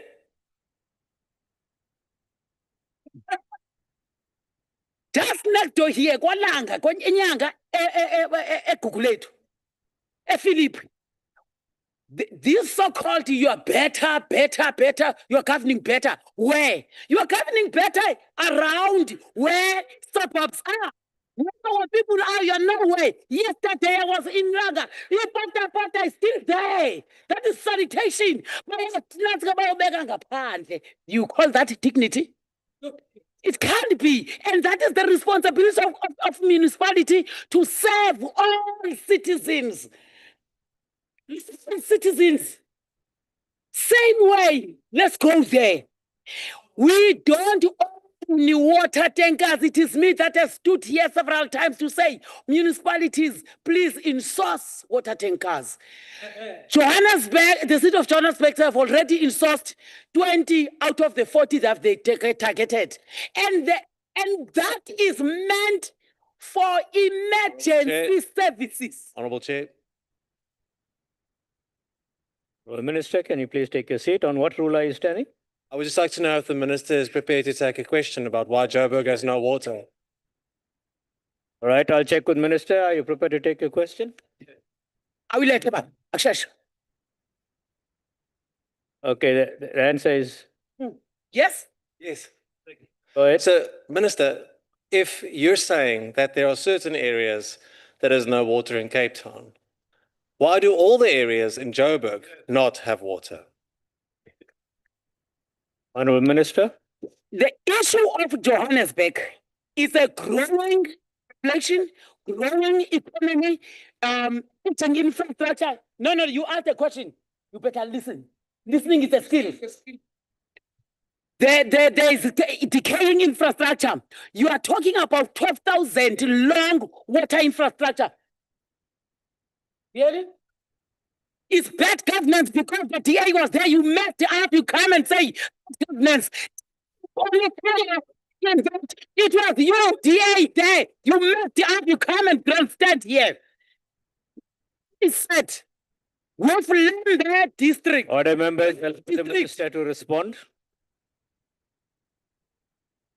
Continue, Honourable Minister. They might have challenges. They are no pota into yalapa. Siyazela up. The Ilambe district have already insourced 30 water tankers, and we appreciate such moves. I will, Honourable Chair, for the sake of time, I will furnish members with the issue of Standard 10, which was raised by Honourable Farmer. We're going to provide you, because already we have, through VOCMA, we've issued a directive. That's a private quarry. So we've issued a directive on that. We're going to assist you. But also, we must give just a user-friendly document at what point we intervene through Section 63, as well as the issue of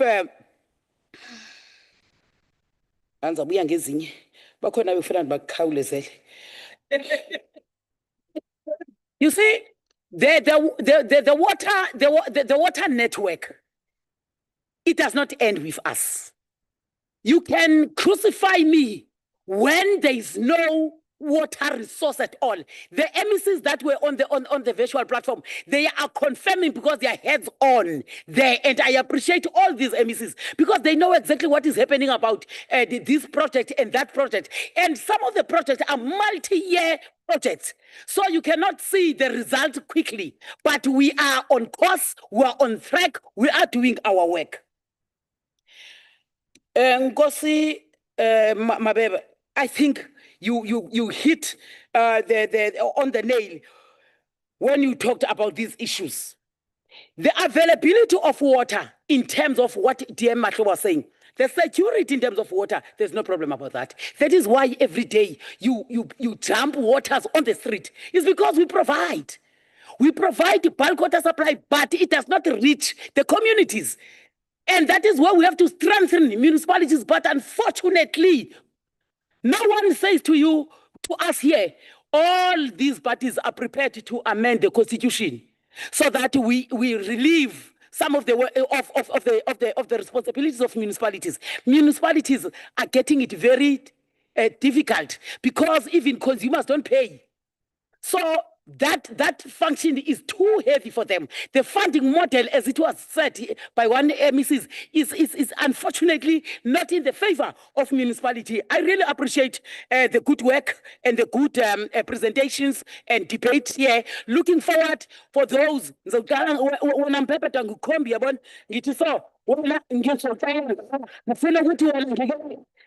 Thank you.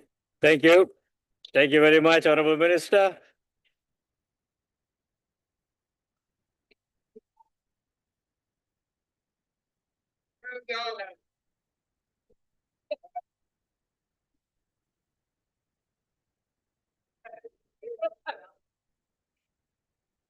Thank you very much, Honorable Minister, for your response. And I want to thank all the delegates that participated in this debate. I'd like to thank the Minister, the two Deputy Ministers, the permanent delegates, the MECs, and all special delegates and SALGA representatives for availing themselves for the sitting today. Honorable delegates, that concludes the business of the day. The House is adjourned. Recording stopped.